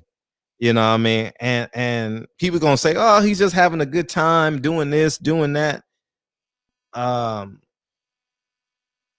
But at the end of the day, man, I think that it was very like I think it was very intentional. And let's use the word, it wasn't champion like. You know what I mean? I already know what they're gonna say. If I don't feel like making enough noise on this shit, you know what I mean? Like I'm gonna talk about it today and whatever the case may be. You know what I mean? But I want a break from racism. I know I'm a black man, but sometimes as a black man, you just want to take a break from fighting all these fucking fires, man. And the funny thing is, here's the catch. Nobody woke up this morning and was like, man, I want to go get Tyson Fury today. It just comes to our front desk every time. It comes to us every time. Every time. You know what I mean? And it's just, man, it's just whatever, man. You know what I mean? I don't know, man. It's just beyond my control. But I'm just not in the mood to fight it. I'll be honest. I'm really not in the mood to fight it. I'm just gonna after today, I'm not gonna ignore it. I'm not gonna sit here and lie, but I'm not giving no energy. We got a concert series coming up, dog.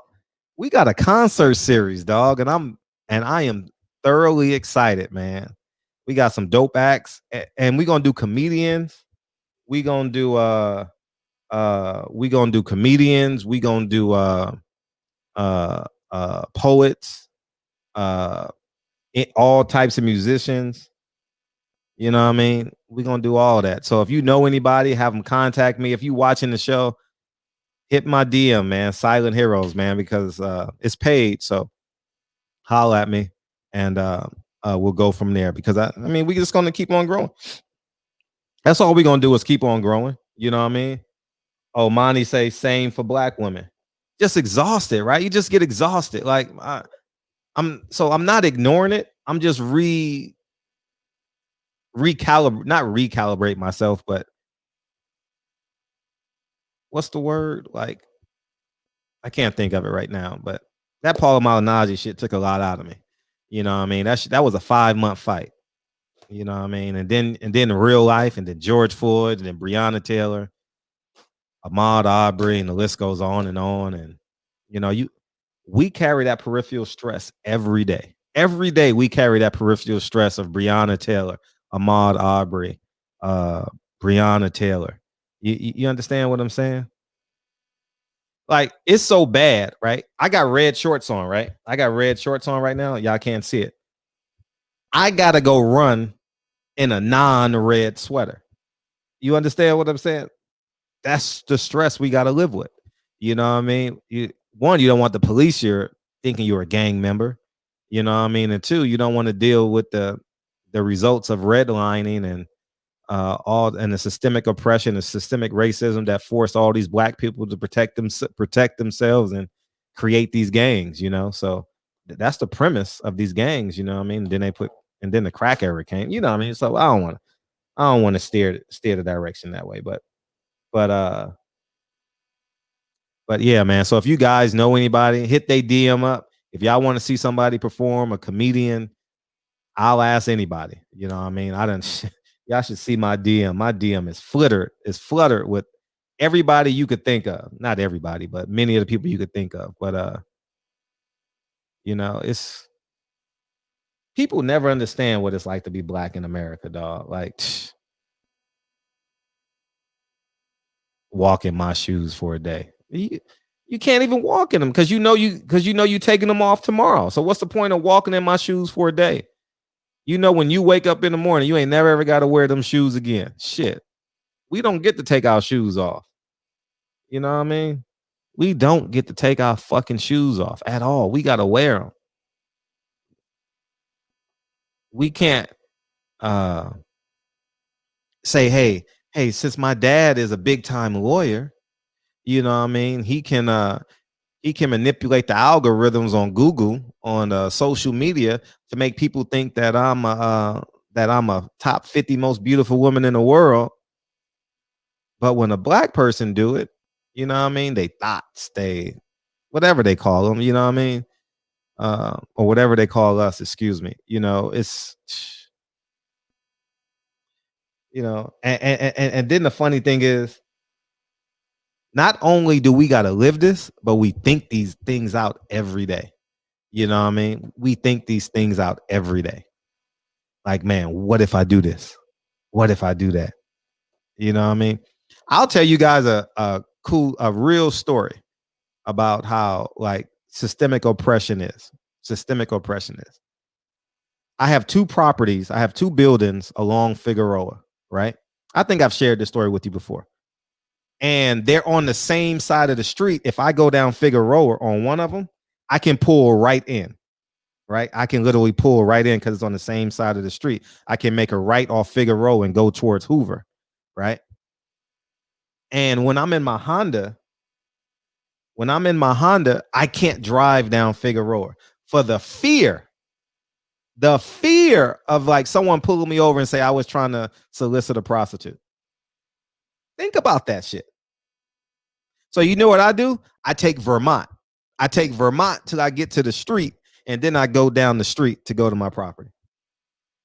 But if I'm in my Tesla, I don't really have the stresses of it. You know what I mean? Because I don't think they're thinking about me, because it's easier for me to go down, if I take Manchester, make a right on Fig and loop around into my property, so I ain't got to make a left turn on streets. That's the stress that we got to live with. True story, y'all. True story. And the funny thing is, we think this every day. This is every day. I gotta wear bright sweaters and shit at nighttime. I don't wear dark sweaters. I do my best not to wear dark sweaters at nighttime. I don't want to just happen to startle someone. You know what I'm saying? Oh man, it's too much, man. I wish people understood, man. But yeah, man. Yeah, but Damian Lillard is putting on the show. He's the MVP of the bubble there. The only game I saw was tonight. That nigga took one step across half court and just let it go. That changed the whole energy of the game. Yeah. H Money, man. Stop starting at that Figueroa ass then. Yeah. Oh, stop staring. Yeah, that's gonna happen too. I'm a man too, Jarvis. Now I ain't gonna sit here and say, oh yeah, I don't look. Get the fuck out of here. Of course. You know what I mean? You had a red light. You can't help but look at it.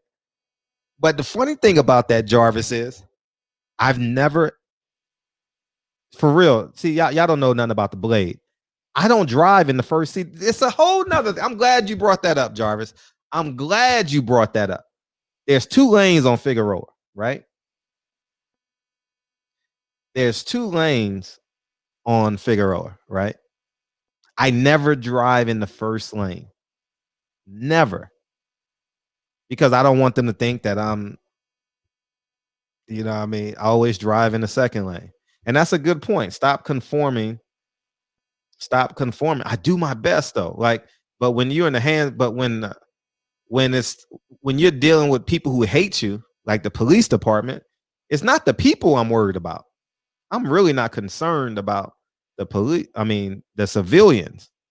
I'm concerned about like the police and shit. You know what I mean? Like I have no control over them because once they get you, you're guilty. How can you get it? It's 3 of them and 1 of you at 11:30 at night on 43rd and Degnan. You know what I mean? I'm stuck. And like Cheryl Dorsey say, get home. Get home. The goal is to get home. And that's what I do. Get home. You know? I didn't have that mindset prior to Cheryl Dorsey telling me that. Yeah, like hats in the car, like little things like that, man. It's just oh man. Man, yeah, especially when you got kids, Frederick. I get it. Yeah, man. Like I'm not going out on no dumb shit. I'm just telling you, I'm not afraid of I'm not going out on no dumb shit. I'm not going out because of his perception of me. I'm just going, she say comply, comply, comply. So, all you scared to death Negroes. What's up, 773? What up, Fred? What's up, man? It's that season, man. Stop telling niggas I'm from Phoenix, man. Oh, you from Arizona, right, nigga? I'm from Chicago, man. I just live out here. What's up, dog? I'm just tapping in, man. I enjoy the community, man. I've been here all week, man. That's love, dog.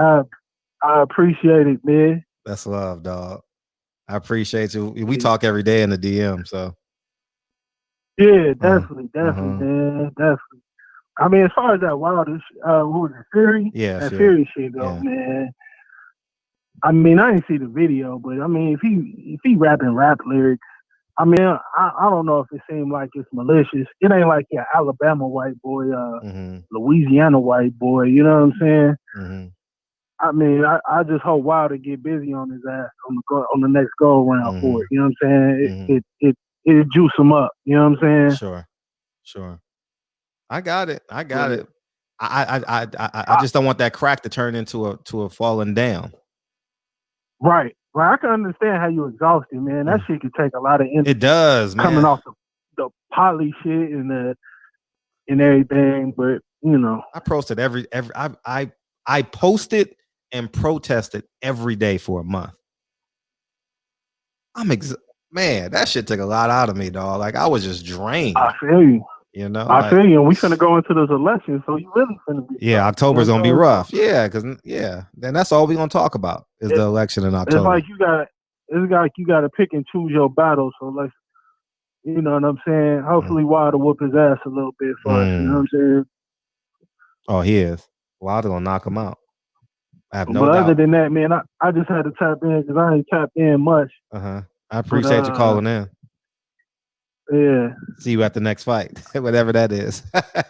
Man, whenever that is. Facts. Because I don't think the Spence fight ain't finna be open to the public, right? Ain't no crowd. Well, if they move it to Dallas, if they move it to Texas, Yeah. Yeah, if they move it to an open city. All right. Well, I hope so, because that's my son, boy, right there. He loves. Oh, Spence. he does. Yeah, Spence that dude, he man. got his hair all like high top curly and shit. Like, I want it like Spence. I'm like, go ahead, do your thing. Yeah, Spence is that dude. Yeah, I'm gonna tap in Wednesday. He said Malcolm and his daughter's gonna be there. Yeah, that's 3 my o'clock. family. Yeah. that's my family. So I'm gonna tap in and say what's up. Facts. Yeah, she gonna be on 3 o'clock next Tuesday. Yeah. Her book was good too. Yeah. I had my son read her book, the Malcolm Little book. Oh, okay. Yeah, I'm gonna order it. I'm gonna ask her to autograph it for me. Yeah, it's a good book. Yeah, it's a good book. She got a few books. I'm gonna get all of them. That's about, you just beat me to it.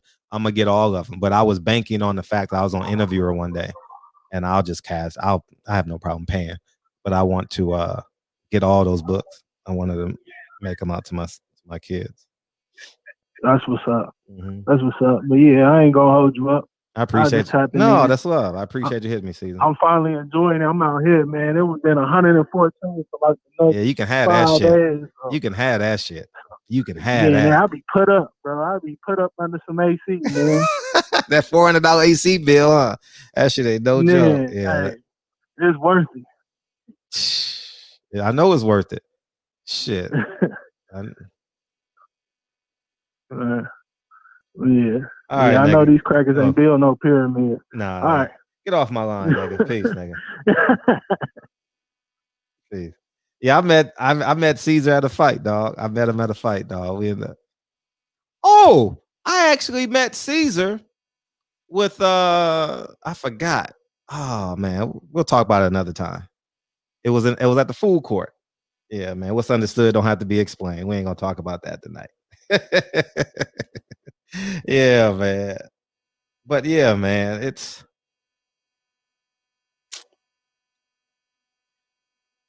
damn the trauma that we carry, man. It's and then in this quarantine, I don't really leave my house much. I appreciate you, man.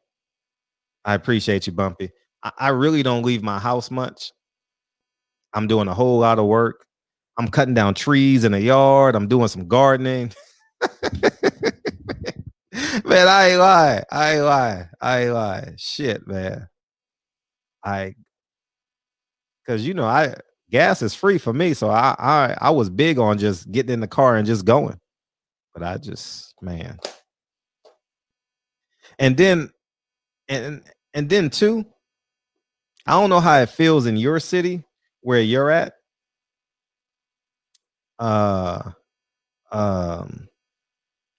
The longer this goes and the more unemployment goes higher, I think the more dangerous like our cities are going to become, especially the high density states. And the reason why I say that is it's similar to boxing, right?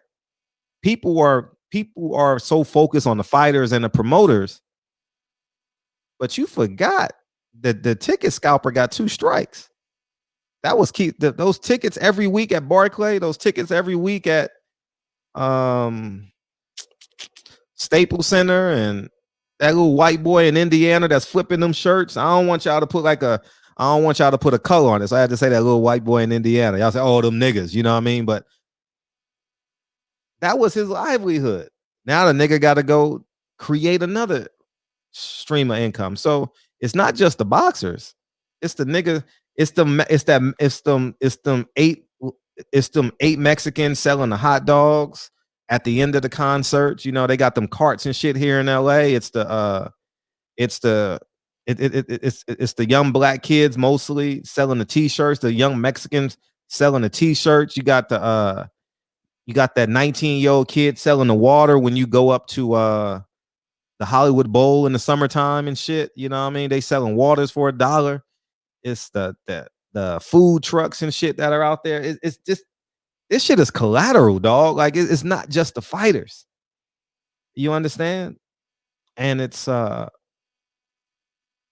its toll. It's taking a great toll on the society. So, all you scared to death Negroes. Hey, what's up?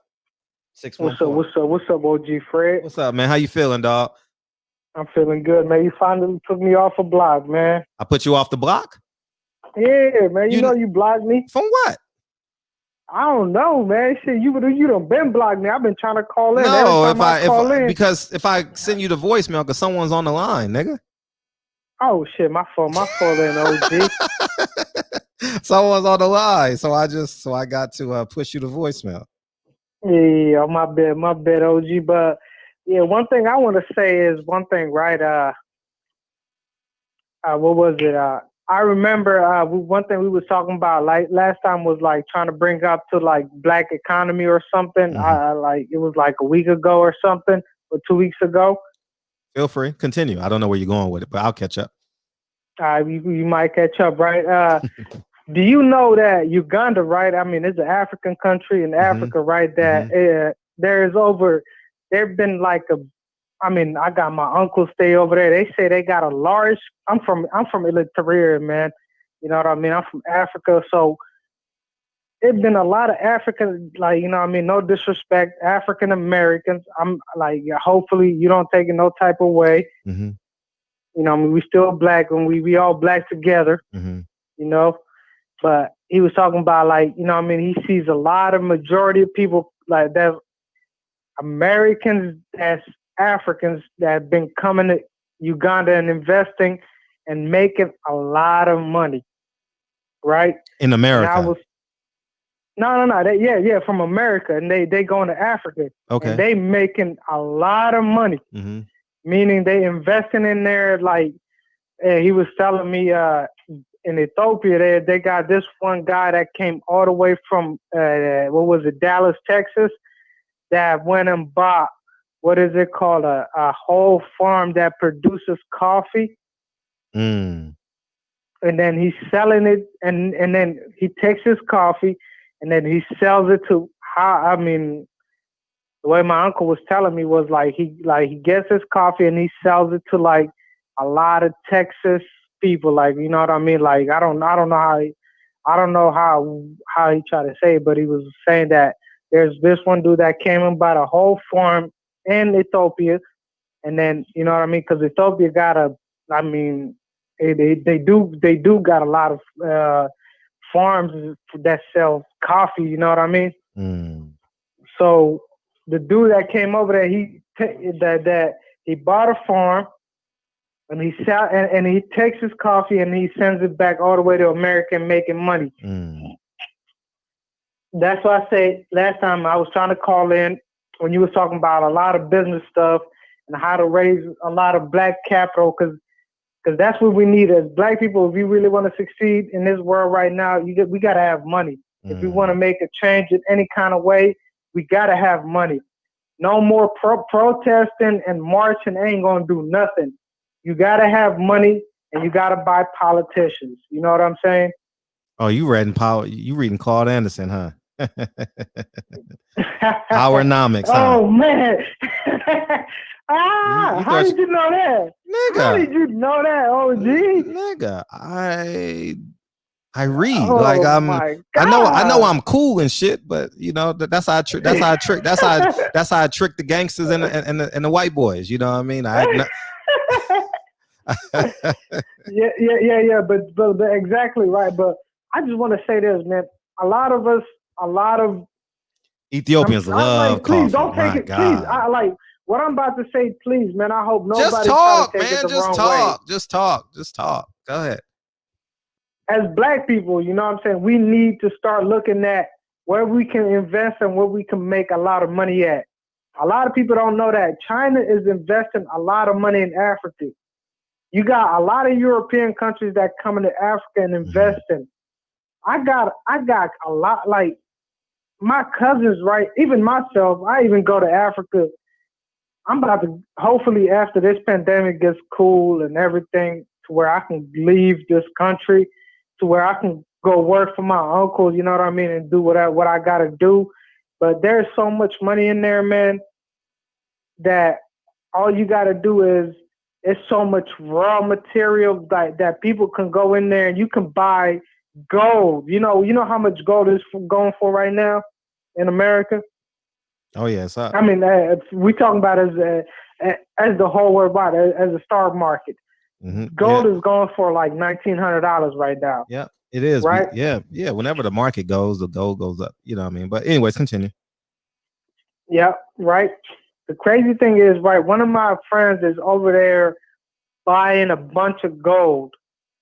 He just sent his dad $40,000 to go buy him 3 keys. Okay, you know what you got to do? You know what you got to do. Okay, I know. It's a great narrative and it's running long. So what you need to do is be the example that you're telling us about. Oh no. I mean, I'm going to be good. All I'm trying to say is, as everybody that listen to your listen to you. That listen to you. Podcast. No, that listen to you. Everyone's listening to you right now. Oh, that man. Well, what I want to tell them is, think about investing offshore, man. That's all I want to say. Yeah, for sure. You invest offshore, you can make so much money.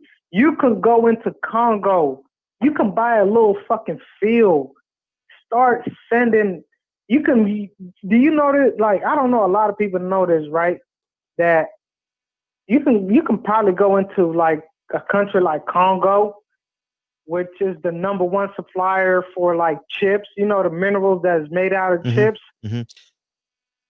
That if you smart enough, you can buy a nice big land and you can start selling the minerals that's made out of chips into like other countries. The same shit that China China is doing right now. They got a company called Yingdong that's literally buying land in Congo, and they selling minerals that make the chips to Apple, to Microsoft. I'm just trying to give people free game. That's all it is. Okay. I thought you were talking about potato chips, like Lay's and Fritos. No. I'm talking about like the chips that makes, like, you know, the microchips that runs the phones, the computers. Oh, I thought you were talking about like Cheetos and like Frito-Lays. No, sir. Sour cream and onion. I mean, there ain't no money in that, man. I'm talking about what really runs everything. I'm talking about what runs the computers, what runs the phones, what runs, you know what I mean? What runs the fucking satellites up in the sky, everything. You know what I'm saying? Man, I was totally thinking about some Ruffles right now. And then, one more thing, right? And another thing people can even invest in, you can go to a country like Ethiopia, like the same thing I was saying. You can buy out farmers. You can buy a land farm, and you can start selling coffee to like Starbucks. Hey, you know what this conversation is like? You know what this conversation is like? It's like it's like your father said you got to read this book by Friday, and you was like, oh shit, you know, if I call into the show, I'll remember what I read. So it's like, no, sir. Like, I'm fucking with you, man. I'm fucking with you, man. I'm just fucking with you. I know. That is what my father said, though. You know what I'm saying? That's what they do. They're entrepreneurs in Africa, which they was telling me to come over there, and which I'm running business for them over here right now. You know, so what I'm trying to say is, you know, I just want to educate other black people instead of them. I just want them to think about, like, the only way that you can make change in this world, you got to have money. You really got to have money. You cannot protest and you cannot march. That will never get you nowhere. You got to have money to make change. And in order for you to make money, you got to invest. You know what I'm saying? And you got to, and then a lot of us, we don't even own shit in America. That's all I want to say. Like, man, wrap this shit up. Wrap this shit up in like 20 seconds. All right, that's all I wanted to say, OG. We appreciate you, man. We appreciate the call. No problem, OG. They gonna love calling me OG. They gonna love calling me OG. I guess I am an OG now because let's see. I think if I walked on the basketball court now with a bunch of 20-year-olds, I probably wouldn't be the first pick anymore. Probably wouldn't. So I guess you can call me OG. You know what I mean? Probably could. Oh man. Hey, yeah. Earn Your Leisure is the name of that channel, Reg. I'm very interested in it now too. You might as well put it in the chat now to make it easier on people when they rewatch the show. You know what I mean? It'll be cool. You know what I mean? Yeah, you know what I mean? Everyone has a role in the household. You know what I mean? Some people cook, some people clean, some people go out and work, some people do the gardening. And that's what's life as Black in America. You know what I mean? That's what it's like, life in America, dog. And that's the truth. You know, so some people's job is to go on the front line and fight, you know? It's just the reality of it. Man, this election gonna be crazy. This election is gonna be crazy. You know, this election gonna be very interesting. My nigga, this is dedication. This is anti-hesitation. This is real nigga celebration. What's poppin', 202? What's up, my brother? Calling out of DC, David the Real Thomas, bro. I got you. What's poppin', big homie? All right. Now you were the real OG. You the real OG. I'm a lowercase OG. You all caps OG. What's up, nigga? Oh man, well, thank you, brother. Hey, look, I just wanted to say something real fast about this little Fury situation. I'm surprised, like you, far as being quiet, but I feel the same way, far as being exhausted of all the fighting everywhere. Yeah. But I wanted to say one quick thing. Did you hear something about Fury was upset about them? He was complaining to the prime minister about he needed to do something about them people tearing them statues down of the old slave masters and stuff, and Fury was complaining about that. No, I didn't see that. If you send it to me. No, I haven't read it, but this is what the channel, different channels had been reporting. I don't know if it's true or not. So I wanted to say that if this is true, and he's sitting there saying what I believe the man was called a nigga through the song. You know what I'm saying? If you don't know, now you know, nigga. You know what I'm saying? That's what I believe he was doing, and especially with I heard about with the statues and all that's going on. Well, you know, I'm totally offended. I'm totally offended because this is not no situation where this is no it's wrong either way. It's wrong way. But let's just say you got like a Caleb Plant, you know, they call them wiggers or whatever, and they happen to be doing it.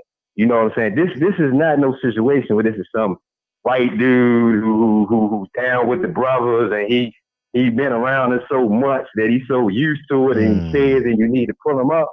No, this is 100% white boy right here who was calling us niggas through a song. And I think it was like the day before that when he saying something about come and get all the smoke or something like that. Yep. Yeah, so I mean, I'm totally offended by it. I feel that this man needs to come out. He needs to apologize. This was Max Kellerman, Skip Bayless, and all that. This man, he been running around America, man, just walking through this joint like he owned this. Oh, he walking on water here. He walking on water. Man, he don't even want to go home, man. You know what I'm saying? So I'm tired of it. I wish it was some type of way. I know it's a rough fight to just push. I wish it was some type of way maybe we can. I don't have no social media. I just don't know Instagram or nothing, Facebook. But I was wondering like ESPN or Shannon, somebody get a hold of this man. This man will at least have to come out and apologize for it. I get you that. know what I mean? Yeah, I get all that. You know, at least explain himself. You know, I didn't mean it. Even if he don't lie, I mean, if he lying or not, still he got to go through the motions, man. He owe us that, man. It's not fair that we can sit here and just get assaulted all the time and nothing happens, man. You know, I really don't appreciate it, and I don't like the fact that it's like, well, nothing's gonna come about it. I just don't like it, man. I just wish that it was some way we can get this dude, man, to humble himself one good time. You know what I mean? But yeah, that's all I want to say, Fred. Thanks for I appreciate you. No, for sure. All the time. All right. Yeah. Thank you, bro. All the time. All right. Yeah. It's funny because you know what, Reg? Here's the funniest shit ever. Here's how I know we don't get videos. Right? I've been subscribed to Earn Your Leisure. I've been subscribed.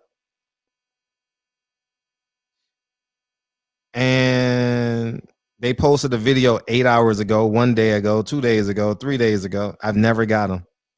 I've never gotten their notification. Never. I've never gotten an Earn Your Leisure notification. I'm on my phone right now. That's fun. Isn't that funny? Isn't that amazing?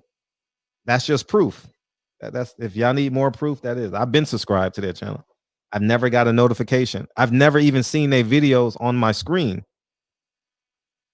How funny is that?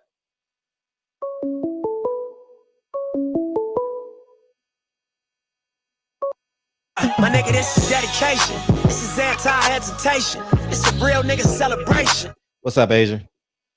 Hey, what's up? Thanks for answering the call again. Yeah, what's poppin'? I didn't really want to do this on live. I called you a few days back. Me and Rap, we were gonna do a conference call with you. So try to give us a solid number. We found some property we wanted to tap into over there. So we got everything set up, ready to put it in escrow and all that. But we're gonna need your guidance on it for a little in LA. For you to yeah. Okay. Yeah, just email it to me. Email me the information. So what you need me to tell me what you need. Email it. Just email it to me. Just email it to me. And call me. Still, he was going to be on the line too. Like I said.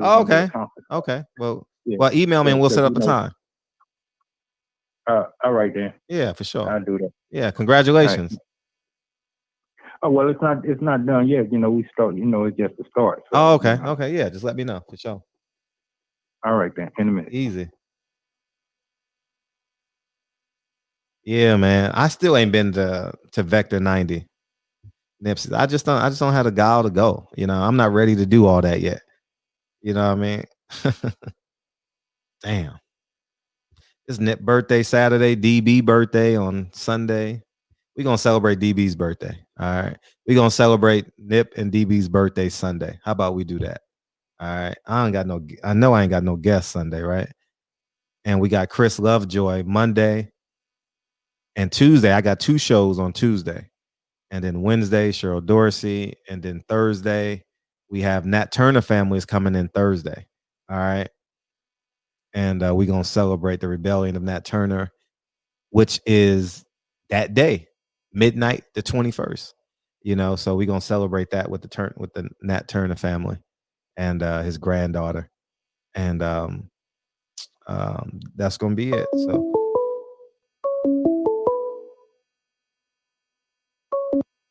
My nigga, this is dedication. This is anti-hesitation. It's a real nigga celebration. What's up, Reg?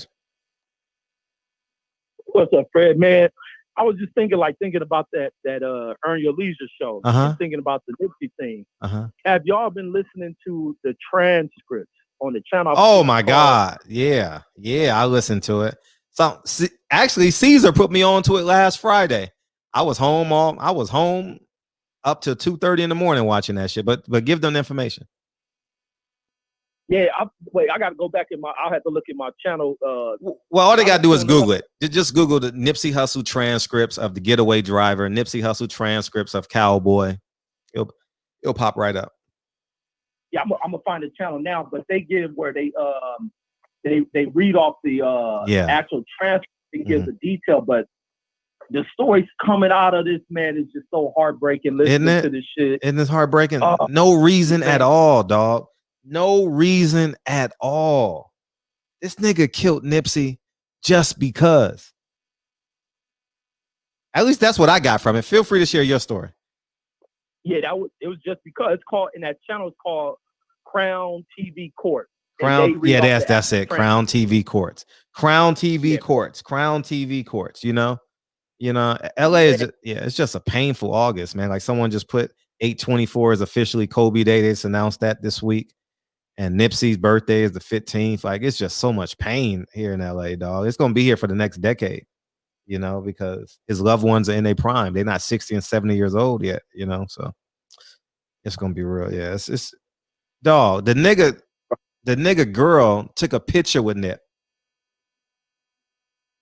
Am I right? Right. Am I right, Reg? Yeah, man. That's normal shit. She was like, man, can I get a picture with him? You know him? Yeah. Can I go get a picture with him? He's having a conversation with Rim Paul, Cowboy, and Nip. are just chilling in front of the store. The fourth man comes up, which is this guy. And they having a casual, the conversation is so casual that they shake hands. They shake hands, and Cowboy goes and eats his lunch in the break room. That's how casual it is. And he leaves. The man leaves, comes back with that thing in his. He's loading that thing up, right? And he tells the girls, pull up in the alley. And he lets go. It's just amazing to me. No animosity or nothing, dog. Like, it is no animosity. Obviously, I think she probably knew more than what she's let on, but she got complete immunity, so it doesn't matter. You know what I mean? She can lie or tell the truth. Like, she got complete immunity, you know, and it's disheartening, Reg, that to know that a man was just killed because a man just felt like taking a life that day. You know? Yeah, and that's the sinister shit we go through, like living, and it's in a lot of cities. It ain't just LA, but I speak from the LA dynamic, and it just shows how jealous people is. It also shows how twisted a lot of these broads is, because that girl knew that shit. I know girls that done set motherfuckers up. And this is why I warn people about how they move. I hate people that move in la-la world, thinking you can just hang out, get out of car, move slowly, not getting inside, getting out. And I don't know girls who you think you taking this chick to the hotel, she's in her phone, setting up the address, setting up the location, leaving doors unlocked, people run up in there on you. But this girl knew exactly what's going on. Yeah. And she fronted like she had no idea. She didn't know until she talking about she seen it on the internet. So this fool ain't telling he just smoked somebody, get up out of here. Like, come on, man. She had too much interaction with him after. She had too much interaction with that man after Sunday. Too much interaction. You know what I mean? Like, how do you go see the man 3 times? Hell no, dog. Like, I'm gonna tell y'all niggas right now. If y'all do a crime, listen. Fred is a law-abiding citizen, dog. I ain't about that life. Don't come nowhere near me. I gotta protect Lincoln and Kennedy. You know what I mean? It was just too much, dog. Like, no, man. Like, if you live in that life, yeah. Like if you a gangbanger carrying a gun every day, if you in the streets and that's your life, y'all got a code to abide by. You know what I mean? But Nipsey, man, go watch the transcripts, man. It's just disheartening, dog. Like, it broke my heart Friday, man, to listen to that, man. I was on the couch, man, last Friday. It's one of them days I'll never forget in my life. A black man just angry. Just, yo, I literally was sick for that shit, man, because that shit literally touched me. Yeah. Because I got a different way I deal with death. That shit fucks with me. And then knowing, because I got people from the 60s, and knowing what he was doing for LA, like, yeah. Because when Nipsey first came out, that's when like him and J-Rock was coming out. And when I used to hear Nipsey, I was like, you know, he had that hard shit. This when he was making like hood music. Yeah. And I was like, damn, he keeps all them remixes. I'm like, I don't know how far he gonna go, because he like too much like on his music, just too like local hood music. Yeah. And then I think when he went to New York and did that New Jersey Devil, I think that Bullets, whatever the album he did with New Jersey Devil, you start to begin to see the change. And then from there, it's just like the growth of this kid, and then putting him back into the community. I almost lost my life at what's the gas station across the street? I think it's an Arco or something. Yeah. We rolling up in there and shit. Mm-hmm. My homeboy, Mr. Fries, we rolling up in that gas station, and he got a burgundy ass Escalade back there and the shit, and the tinted window, so they think we bloods in there. They run out there drawing down on us, but they end up finding out where we was from and shit seconds before they probably about to open on us and shit. So just knowing what that, you know, that corner right there, dangerous as shit. Yep. See this kid's story of going back, reinvesting in the area. You don't find that from rappers, period. You don't find that from a lot of people who earn wealth anyway, who stay in the neighborhood. Usually they get the hell up out of. This kid remained. Put a lot of people on their feet around there. And then he was helping the dude who just got out of prison. trying to get him fitted. And this dude, first day back in the neighborhood, he gets shot and damn near paralyzed and shit over jealousy amongst people, man. Jealousy amongst people. And that's, I think, is so important to really try to uplift everybody around us, because there are those who kind of feel marginalized, who are the ones usually looking off to knock somebody off who has more than what they have, achieving a level of celebrity and fame. And it's just fucked up to know this girl got one of the last photos with this dude, and the dude she with execute this dude like that, man. Like, now that shit was some hard shit, but man, that shit was some hard shit. And listening to the details of like what went down and what seems like a plot, and it was like the dude, because it was coming out early, he called him a snitch. It was like he wasn't even like that. He was like, man, you gotta your name bad around here. You need to prove yourself. He was so calm. Yeah, it's sad. It was like, it just, man, it is. And like you were saying earlier about the shoes that black people have to walk through, like walk in, and it's so fucking true. Like I got, man, like I said, I got a lot of fucking stories, and I still smile today. Like I could be an angry, bitter motherfucking like just how I started, but I just still find that shit will be. I just, I keep hope within me, man. I got friends who have been murdered by other motherfuckers from my neighborhood, dumped off in the alley. Cousins who have been gunned down, stood over, constantly shot. Like, this shit is part of life. And then we got to deal with so many different fucking levels of wars and things we have to look and be careful for. We got to look for those who hate us and look at those who we call brothers, smile at. And I think this dude used to be at Nipsey Hussle house. I think he was messing with his he was cool with with his daughter's mom and shit. Yeah, I heard all that. Heard all that. It don't add up, dog. It literally don't add up at all. It's like, man, it don't add up. It don't add up. It makes no sense, man. That's why I'm leave that man. We got to eliminate all that shit, man. And it starts with our circle. You know what I mean? We got to be accountable in our circle. Got to be accountable. And absolutely. And that's the problem. A lot of people ain't willing to have these conversations, man. They used to call me a Grinch in my neighborhood, because I used to tell people, man, don't talk that shit about want to kill a motherfucker that live over here or robbing this person over here. Like, I always been on blackness, and I'm so proud of. I clap myself on the back. That's why I'm like, nobody can tell me about black pride and this and that, because I don't fall victim into the shit that is around us. And like I say, my life started. I'm a kid out the motherfucking foster system, and was supposed to be a statistic. And lucky I go to where I go with the elder parents I had, where I didn't fall in line with that. But I was influenced by gangsters, like original fucking gangsters, like originals who started this shit, running with Tookie and all them shit, in the generation after that. Well, I'm influenced by this. I'm like 1 foot in, young kid, always saying cuz, just being influenced. And then when I watched my neighbor get killed in front of me, and the motherfuckers killed my neighbor, blew his head off in front of me as a kid. Didn't give a fuck. I'm looking at these motherfuckers, me and the driver looking at each other while they gunning my neighbor down. Blew his head off in front of me. They didn't give a fuck.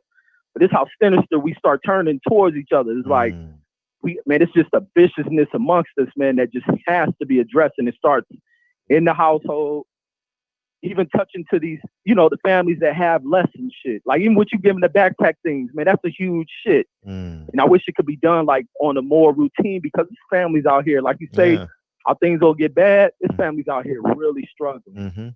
There's kids who want things, and when they can't get things provided to them, they go out there and find a way of taking it. And if they're around other people, they become envious and jealous. And these are kind of human emotions that should be suppressed, that they come out. People have wants. People see shit. Kids want Jordans. They want nice clothes. They ain't got parents who can afford it.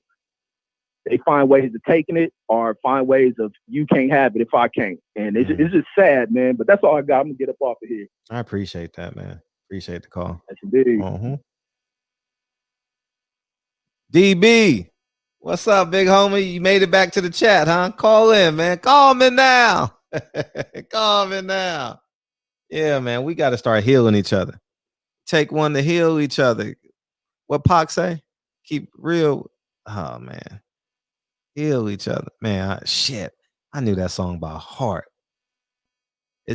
Be real. Y'all know the song I'm singing. Man, if Tupac was alive, all these about 30% of these rappers wouldn't even be rapping, dog. Man, it's for real. They wouldn't even be rapping. Yeah, right. Call me now. I'm Cleo in this motherfucker. My nigga, this is dedication. This is anti-hesitation. It's a real nigga celebration. It's a real nigga celebration Sunday, dog. It's a real nigga celebration. Please believe it. Please believe it. Man. Hey, shout out to Lonnie DiCarlo. Happy birthday to him. It's his C-Day today. Happy birthday, Lonnie! Lonnie DiCarlo, yeah, my brother, my plant-based brother. And then we get no, I'm good. I'm good, man. No, I'm good. Changes, yeah. Thank you, dog. Yeah, I'm in a house full of family right now. I'm saying I know that's not how changes start, but it has that sound in the beginning of the song. No, that's right. That was on key. That was? Yeah. Oh, okay. Yeah, that was right. All right. As soon as you did it, I already know exactly what it was. Oh, you out and about. You moving and shaking, huh? Yeah. I had a little dinner thing earlier. You know what I'm saying? And then got cousin, nephew, uncle, homie, and brother all right here. You know what I'm saying? So yeah, tell them we send our regards, man. The barbershop send our regards, man. Yeah, right on. Yeah. They already knew. They knew I was going to jump on there and say, like, don't you got to call at 9 o'clock?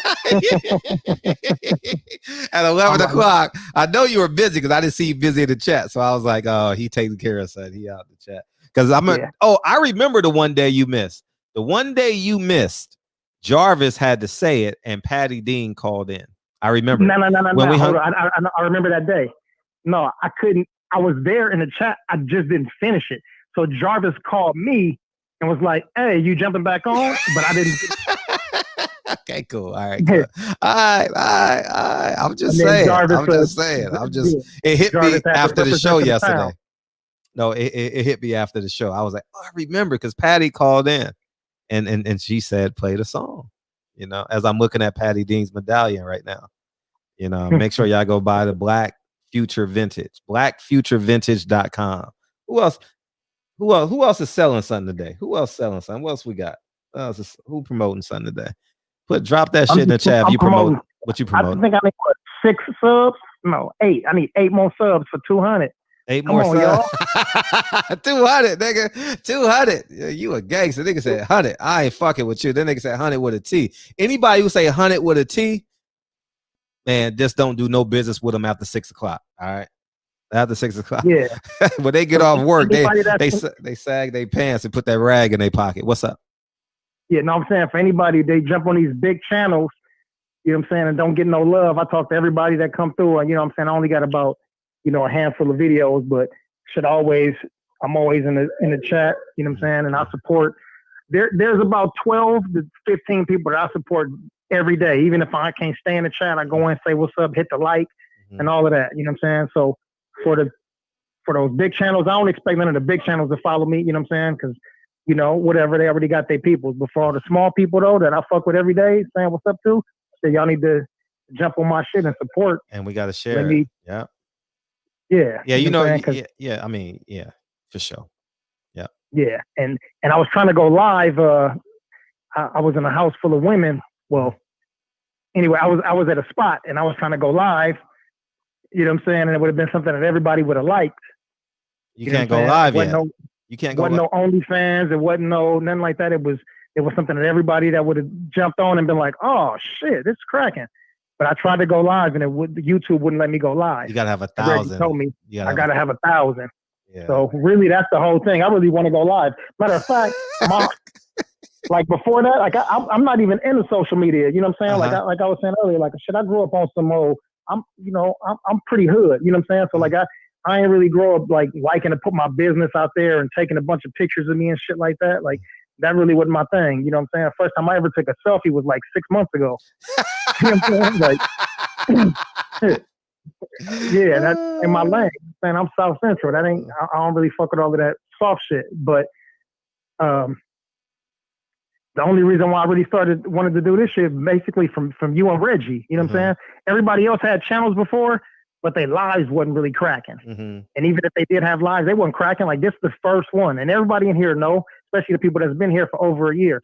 No, this is the first show, nighttime, morning, it don't matter. This is the first live that's been cracking in our community. Thank you. You know what I'm saying? I remember when you first got the phone and shit, and I was like, man, look at this nigga Fred. They didn't know how to work nothing. Your phone's turning off. You know what I'm saying? But that was the first thing that motivated me to want to do a live. You know what I'm saying? And then the way Reg get on there, you know what I'm saying, and tell stories about our city. Yeah, I remember that. Yeah, and just the candidness. And also being able to communicate with people. You know what I'm saying? If I'm in somebody's shit and I'm hitting like and I'm sending you super chats, you know what I'm saying? Like one of the things I can't stand is to be ignored. Motherfucker, ignore me, fuck you. Like you ain't gotta give me nothing, but you can say thank you. Facts. No, you know what I'm saying? So when somebody see me every day and can't say my name, shout out to DB. Yeah, eat a fat baby's dick. Hey, we're gonna ignore you. We're gonna ignore you next week. Monday through Thursday, we ignoring DB in the chat, okay? Oh, easy. Hey, he gonna be calling in at 11 o'clock. I'm gonna just send him the voicemail. Who's that? Hey, Jarvis, call in. Oh, Jarvis on vacation. So we got Patty D. Patty D, you got to call in next week. Oh, y'all remember what? Oh man, I couldn't work the phones. I didn't know none of that shit. Oh man, that was funny. He said it ain't a selfie when we do it. Hell no. Yeah, the OG Eric in St. Louis. He said cracking. So LA, man, for real. Yeah, that's true. You do say cracking. Yeah. On everything. Look, you can tell that what Philip said. The entire world knows Tupac. Yeah, DB, the voice of the generation. You getting damn voice of the generation. Man, listen, I do shit because I don't try to impress nobody. That ain't my thing. You know what I'm saying? I'm just me. You know what I'm saying? And I think you're great at being you. Themselves, huh? And you're great at being you for sure. Yeah. Very great. But that's why I like the people that I like. That's why I fuck with, you know what I'm saying? That's why I fuck with Patty. That's why I fuck with Reggie. That's why I fuck with Jarvis and Big Lloyd and, you know what I'm saying? And Bumpy. Like people that's just them. They ain't trying to impress nobody. People that's just being themselves. You know what I'm saying? And you know, when you get out there, people start having a little conversations about K Diddy and all of that shit. Listen, man, I mean, don't even get me started. I feel like I don't even drink, but I feel like I've been drinking and shit. I'm on a feel good high. Oh, okay, that's what's up. As you should be. As you should be. Stay there. Like Jarvis, I'm not on vacation, so Patty can handle it. We about to annex you out next week. Ignore DB on his, but he gonna come back on the 17th. Like what? 17th? Yeah, 17th is my grandfather's birthday, August 17th. Yeah. So, hey, I was thinking about it. August is a big ass month for California, for LA. Yeah. If you think about it, right? So, Nip birthday, my birthday, easy work. That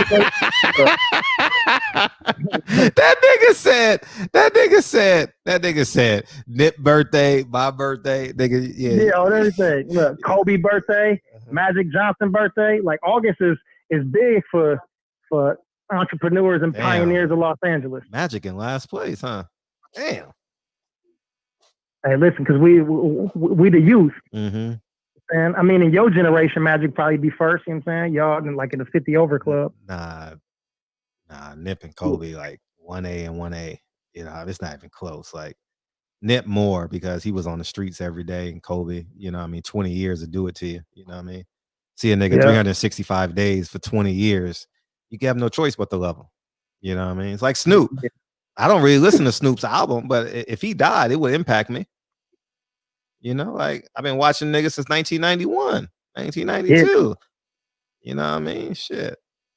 Yeah, big time. Hey, DOG 215. You know, since he over in the UK, it's already Sunday over there. So my birthday already passed.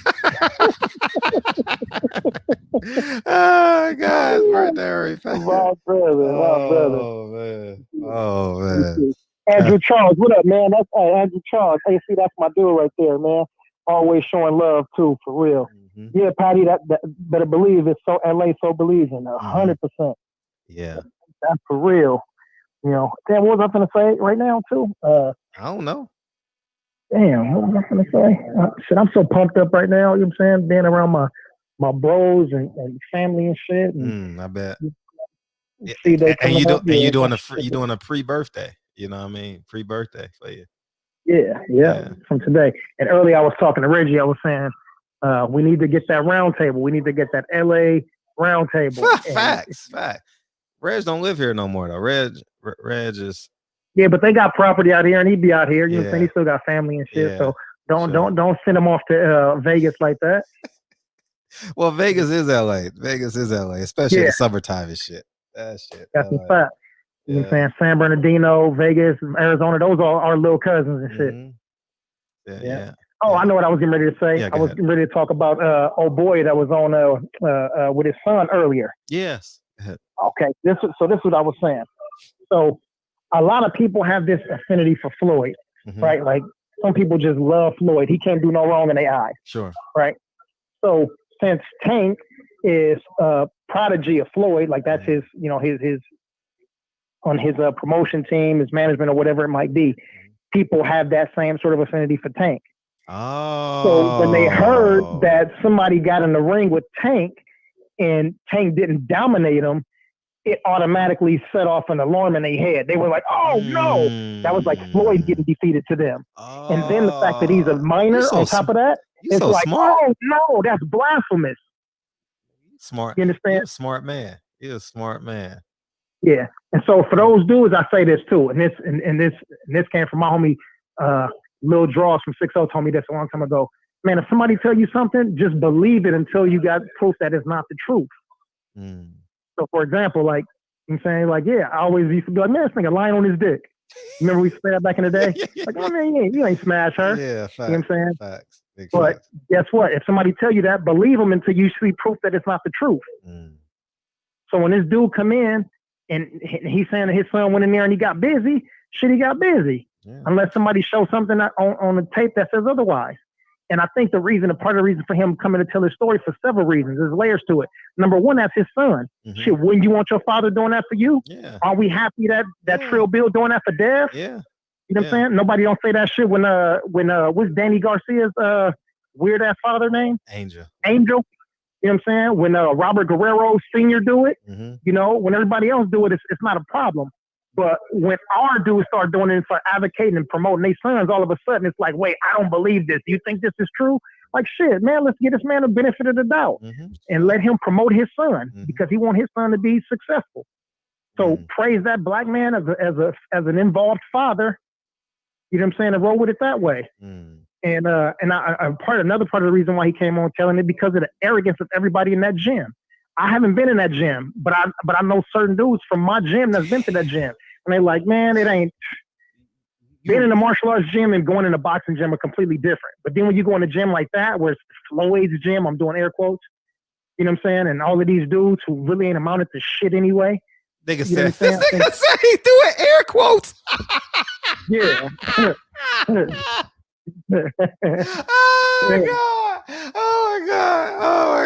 Oh my God. That sounds like I'm talking to Lincoln now.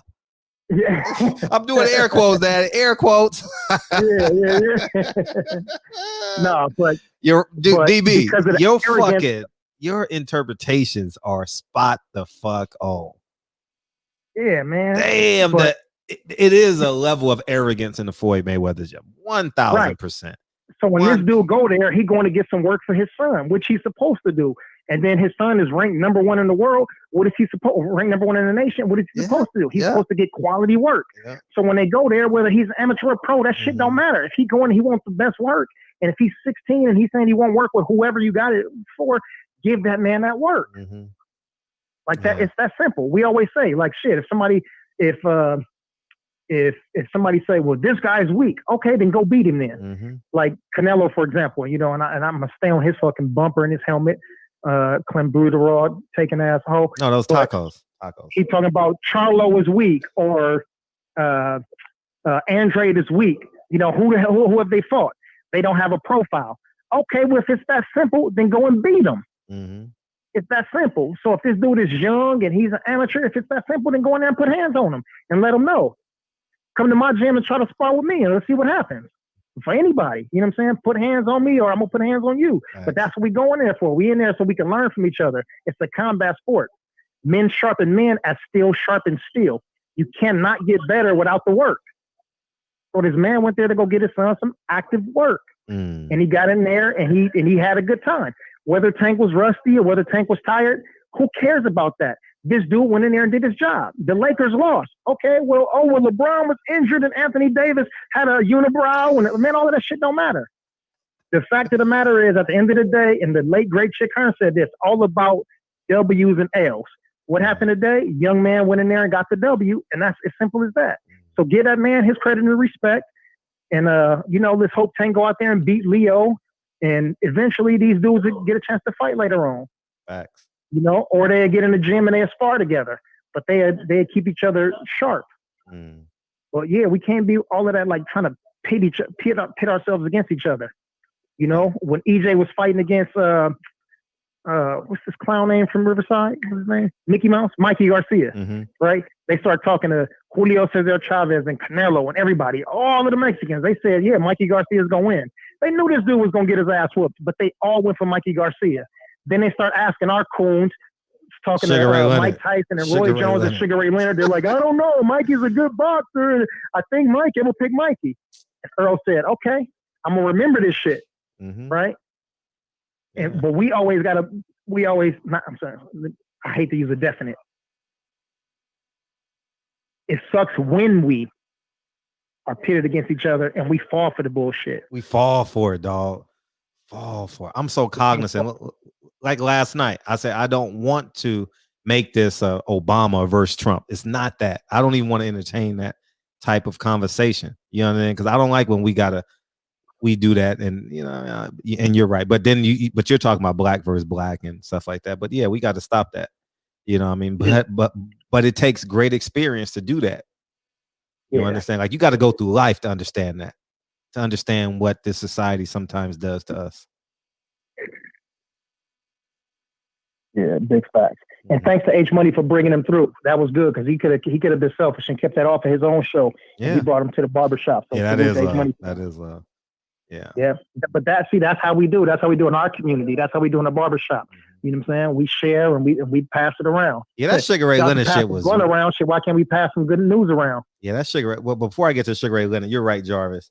Shout out to Danny Garcia, #1 fan, is back. We gonna have some. We got Danny Garcia, #1 fan. You know he gonna start coming in here every day till November 21st. Every day till November 21st. He gonna be in here. We gotta get Danny on the show. We gotta get Danny and Angel or Danny on the show. We gotta get them on the show. Hit them in a DM. See if we can get them on the show. I can get their number. What I was gonna say too is that oh yeah, you missed the V Bozeman show. You're the reason why she came on the show. One of the biggest reasons. You brought her up. V Bozeman. Yeah. Oh, I thought you said me. I'm like, shit. Nah, you ain't missing that. Yeah. So yeah. I was speaking to you. Glasses Malone is gonna do a concert too. So that's gonna be dope. Hell yeah, that's gonna be dope as shit. Yeah, he hasn't confirmed the date yet, but he's coming on. We're good till November. So we got a bunch of acts until November, but great talent coming through. You know, so if y'all know anybody, please send them, man. It's very important that y'all do that. You know what I mean? And we just gonna keep on growing and growing and growing. You know what I mean? Yeah, I love it. I can't wait for those. Shout out to Broderick Brown, my brother. What up? Lawyer Broderick Brown, ESQ. He got an ESQ at the end of his name. You know what I mean? Esquire, huh? Look, my brother Hustler Slim, he said Tank might sign Lolo to his team one day. And that's true. You know what I'm saying? Like, this is a young dude. If Tank does the right thing, you know, I think they're really close in age, so maybe not. You know, I think the fighter will probably have to be a little older than Tank. Tank will probably still be in his prime, but Tank could be a feeder for somebody else the same way how AB was a feeder for Floyd, like bringing him fighters because he knew he didn't have the like the business acumen and the patience, you know, for him, and Floyd had a bigger platform. Yeah. But that's it too. So, you know, but also too, this dude needs to know. Every person that comes here needs to know. And this is what I did when I went on Sergeant Dorsey's earlier today. Yeah, I made sure I put the barbershop sign in there and make sure that everybody know when they come through, that's like dope. we from the barbershop, like we support, you know what I'm saying? And I sent it to like 10 people and about 6 of them was on the show. But she forgot to send me the link, dog. I forgot. I was in there for like 4 minutes. I was in there for like 4 or 5 because I had the kids and shit. Damn, you should have hit me, DB. Not shit. I thought you was going to jump in there. You know, I couldn't stay the whole time. I stayed there for like 30 minutes. OG Donald Graham was in there too. He was shit. He was right behind me. Yeah, Donald. OG he was Eric in there, but he had motives though. You know that Triple OG had motives. That he started short circuiting shit. He turned into a motherfucking gremlin when they get water put on him when he sees Cheryl Dorsey.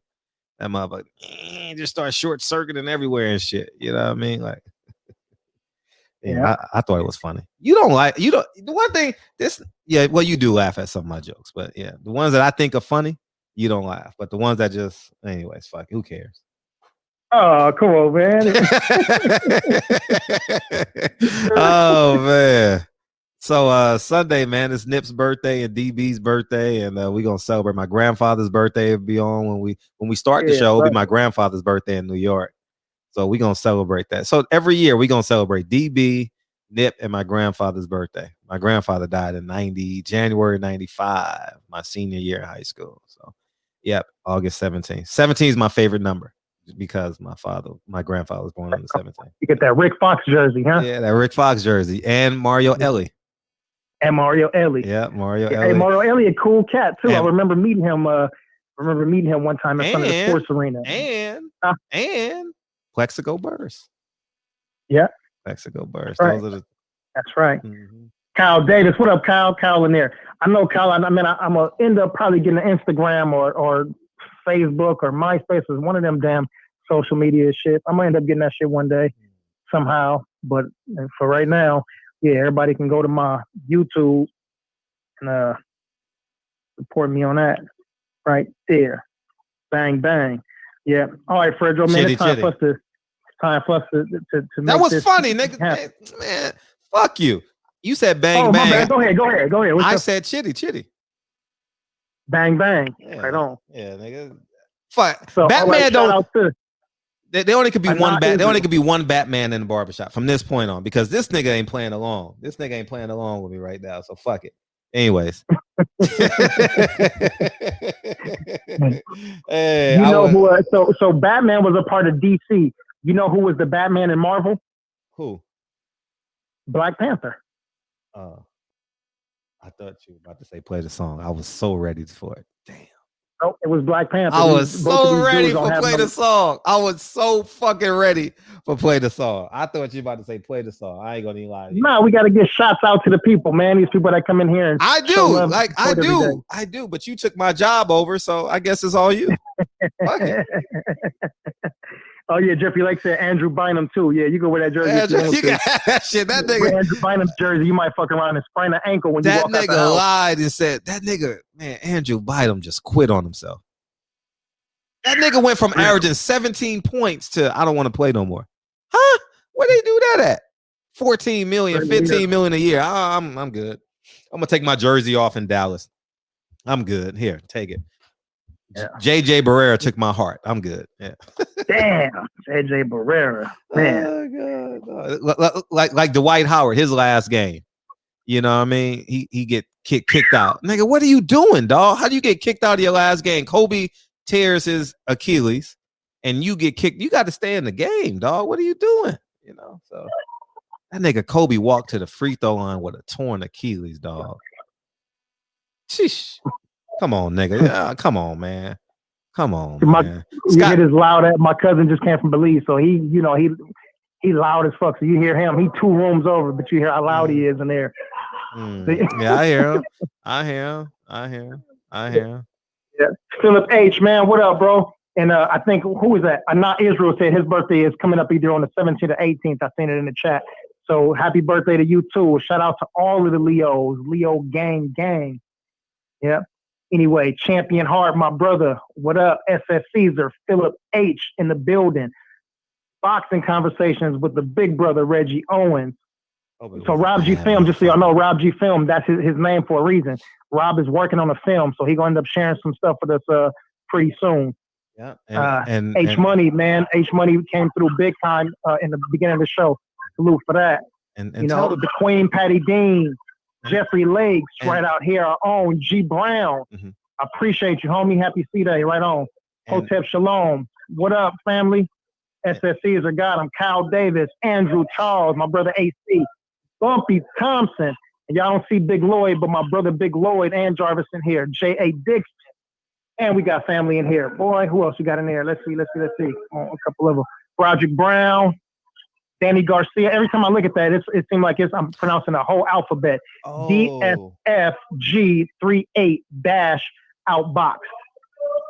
Oh, that thing came today, DB. What thing? These nuts.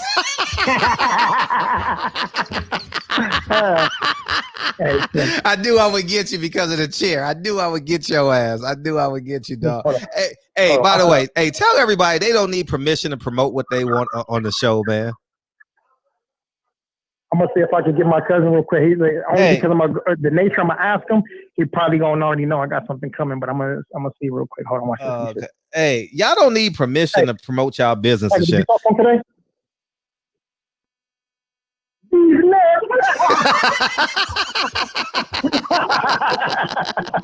Hey, hey, all right, man. Welcome to the chill out with the family, man. Hey, dog. You got Cash App and all that shit, right?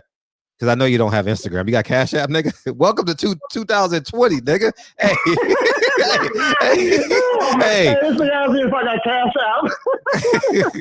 No, I got access to a Cash App though. Okay, good. We gonna have to do that. But what I was gonna say was, yeah. For Sunday, I'm gonna have one available. Okay, good, for sure, perfect. Okay, so what I was gonna say was, tell these niggas they don't need permission.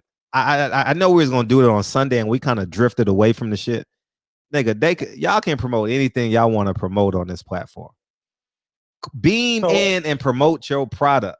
Beam in, nigga. We could be talking about, you know what I mean, how good so and so vagina is.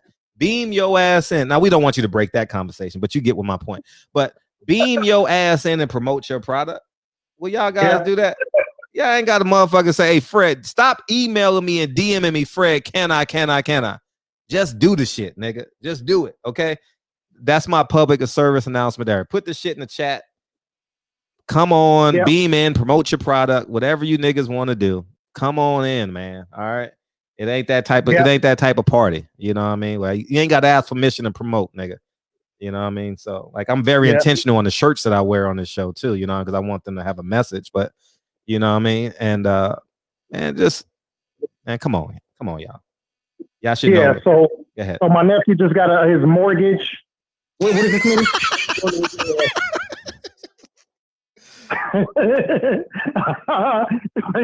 Yeah, you a fool. Well, he just got his mortgage license. You know what I'm saying? I got a personal trainer, a nutritionist, a chef. So yeah, I might have some people coming through to the show promoting too. So yeah, we ready. And like Fred always says, this is no this ain't no there's no censorship here. No, you know what I'm saying? So, nah. We do what we do. You know what I mean? And we're gonna rock out and have a great time, man.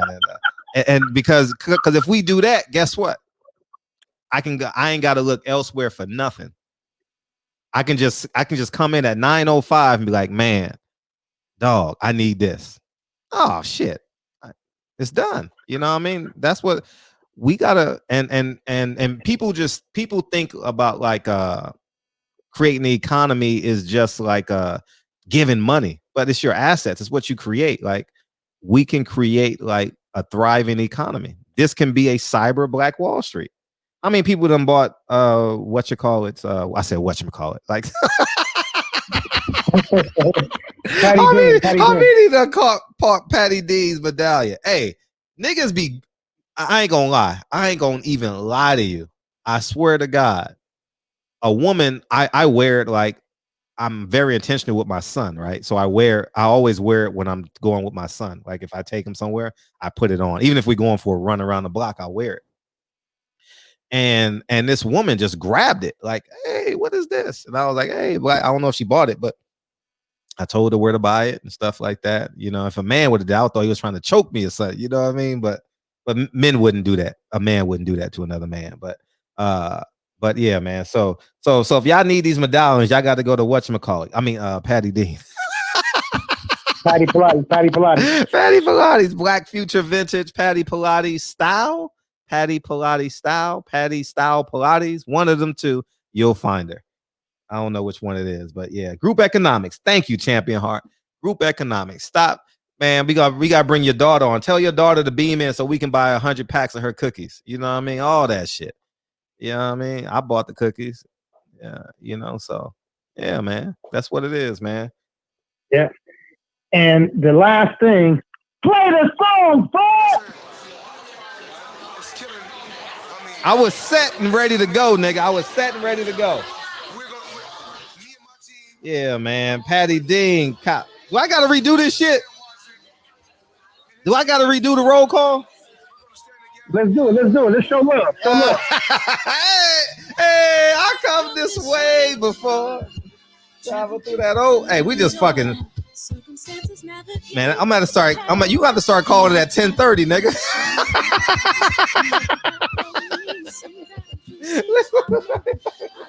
Hey, DOG, what's up? Hey, DOG, this is a 101 experience, dog. There will never, ever be a duplicate of this painting behind me. But I will do a video on it tomorrow, okay? I promise. It's been a week. I said I would do it last week. I'll do it by the end of the weekend, I promise, all right? Rob, Champion Heart, Money, Patty, H Money. Hey, that rhymed, DB. Let's try that shit again.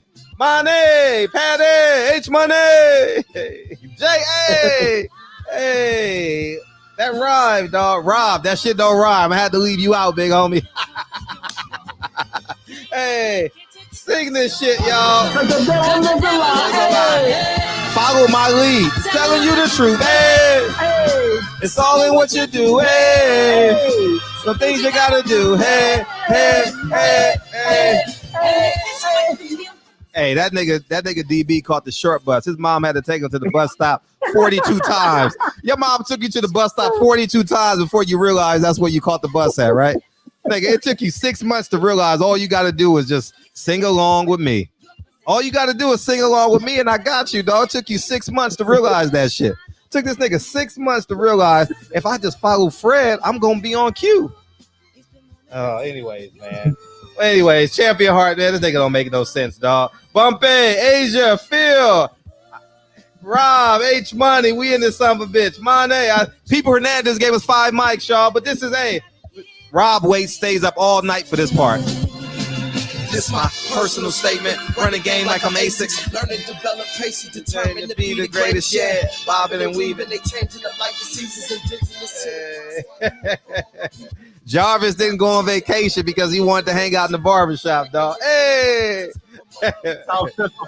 Hey, Kyle, man. What's up, Kyle? Yeah, man. Patricia, life's a play with no rehearsal. I remember I remember being in the studio, and I didn't write that line. I had someone else wrote that line, and I was like, "Whoa, life's a play with no rehearsal." Wow, woo. Fire! Last time, y'all. No rehearsal. Your role.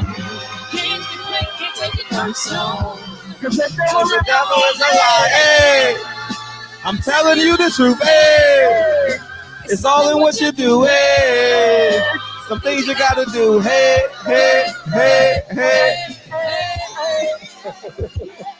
Your mom is waiting for you after school, dog. She's waiting for you after school, nigga. Everybody, man, have a good one. This is our Friday, so no show for the next 2 days. Do not come to the barbershop looking for a fade. We'll catch y'all on Sunday. Sunday, you got the first thing smoker. Happy birthday, big homie. Happy birthday, big homie. Right on. Love you, man. Celebrate me and Nip on Sunday. Yeah, we celebrate y'all on Sunday for sure. Easy work. All right, peace, family. All right, peace, King. Hey, no more. Love y'all niggas, man. I'll see y'all niggas Sunday. DB's birthday on Sunday, man. Have them cash app fingers ready. No Twitter fingers. Cash app fingers on Sunday, man. Love y'all, man.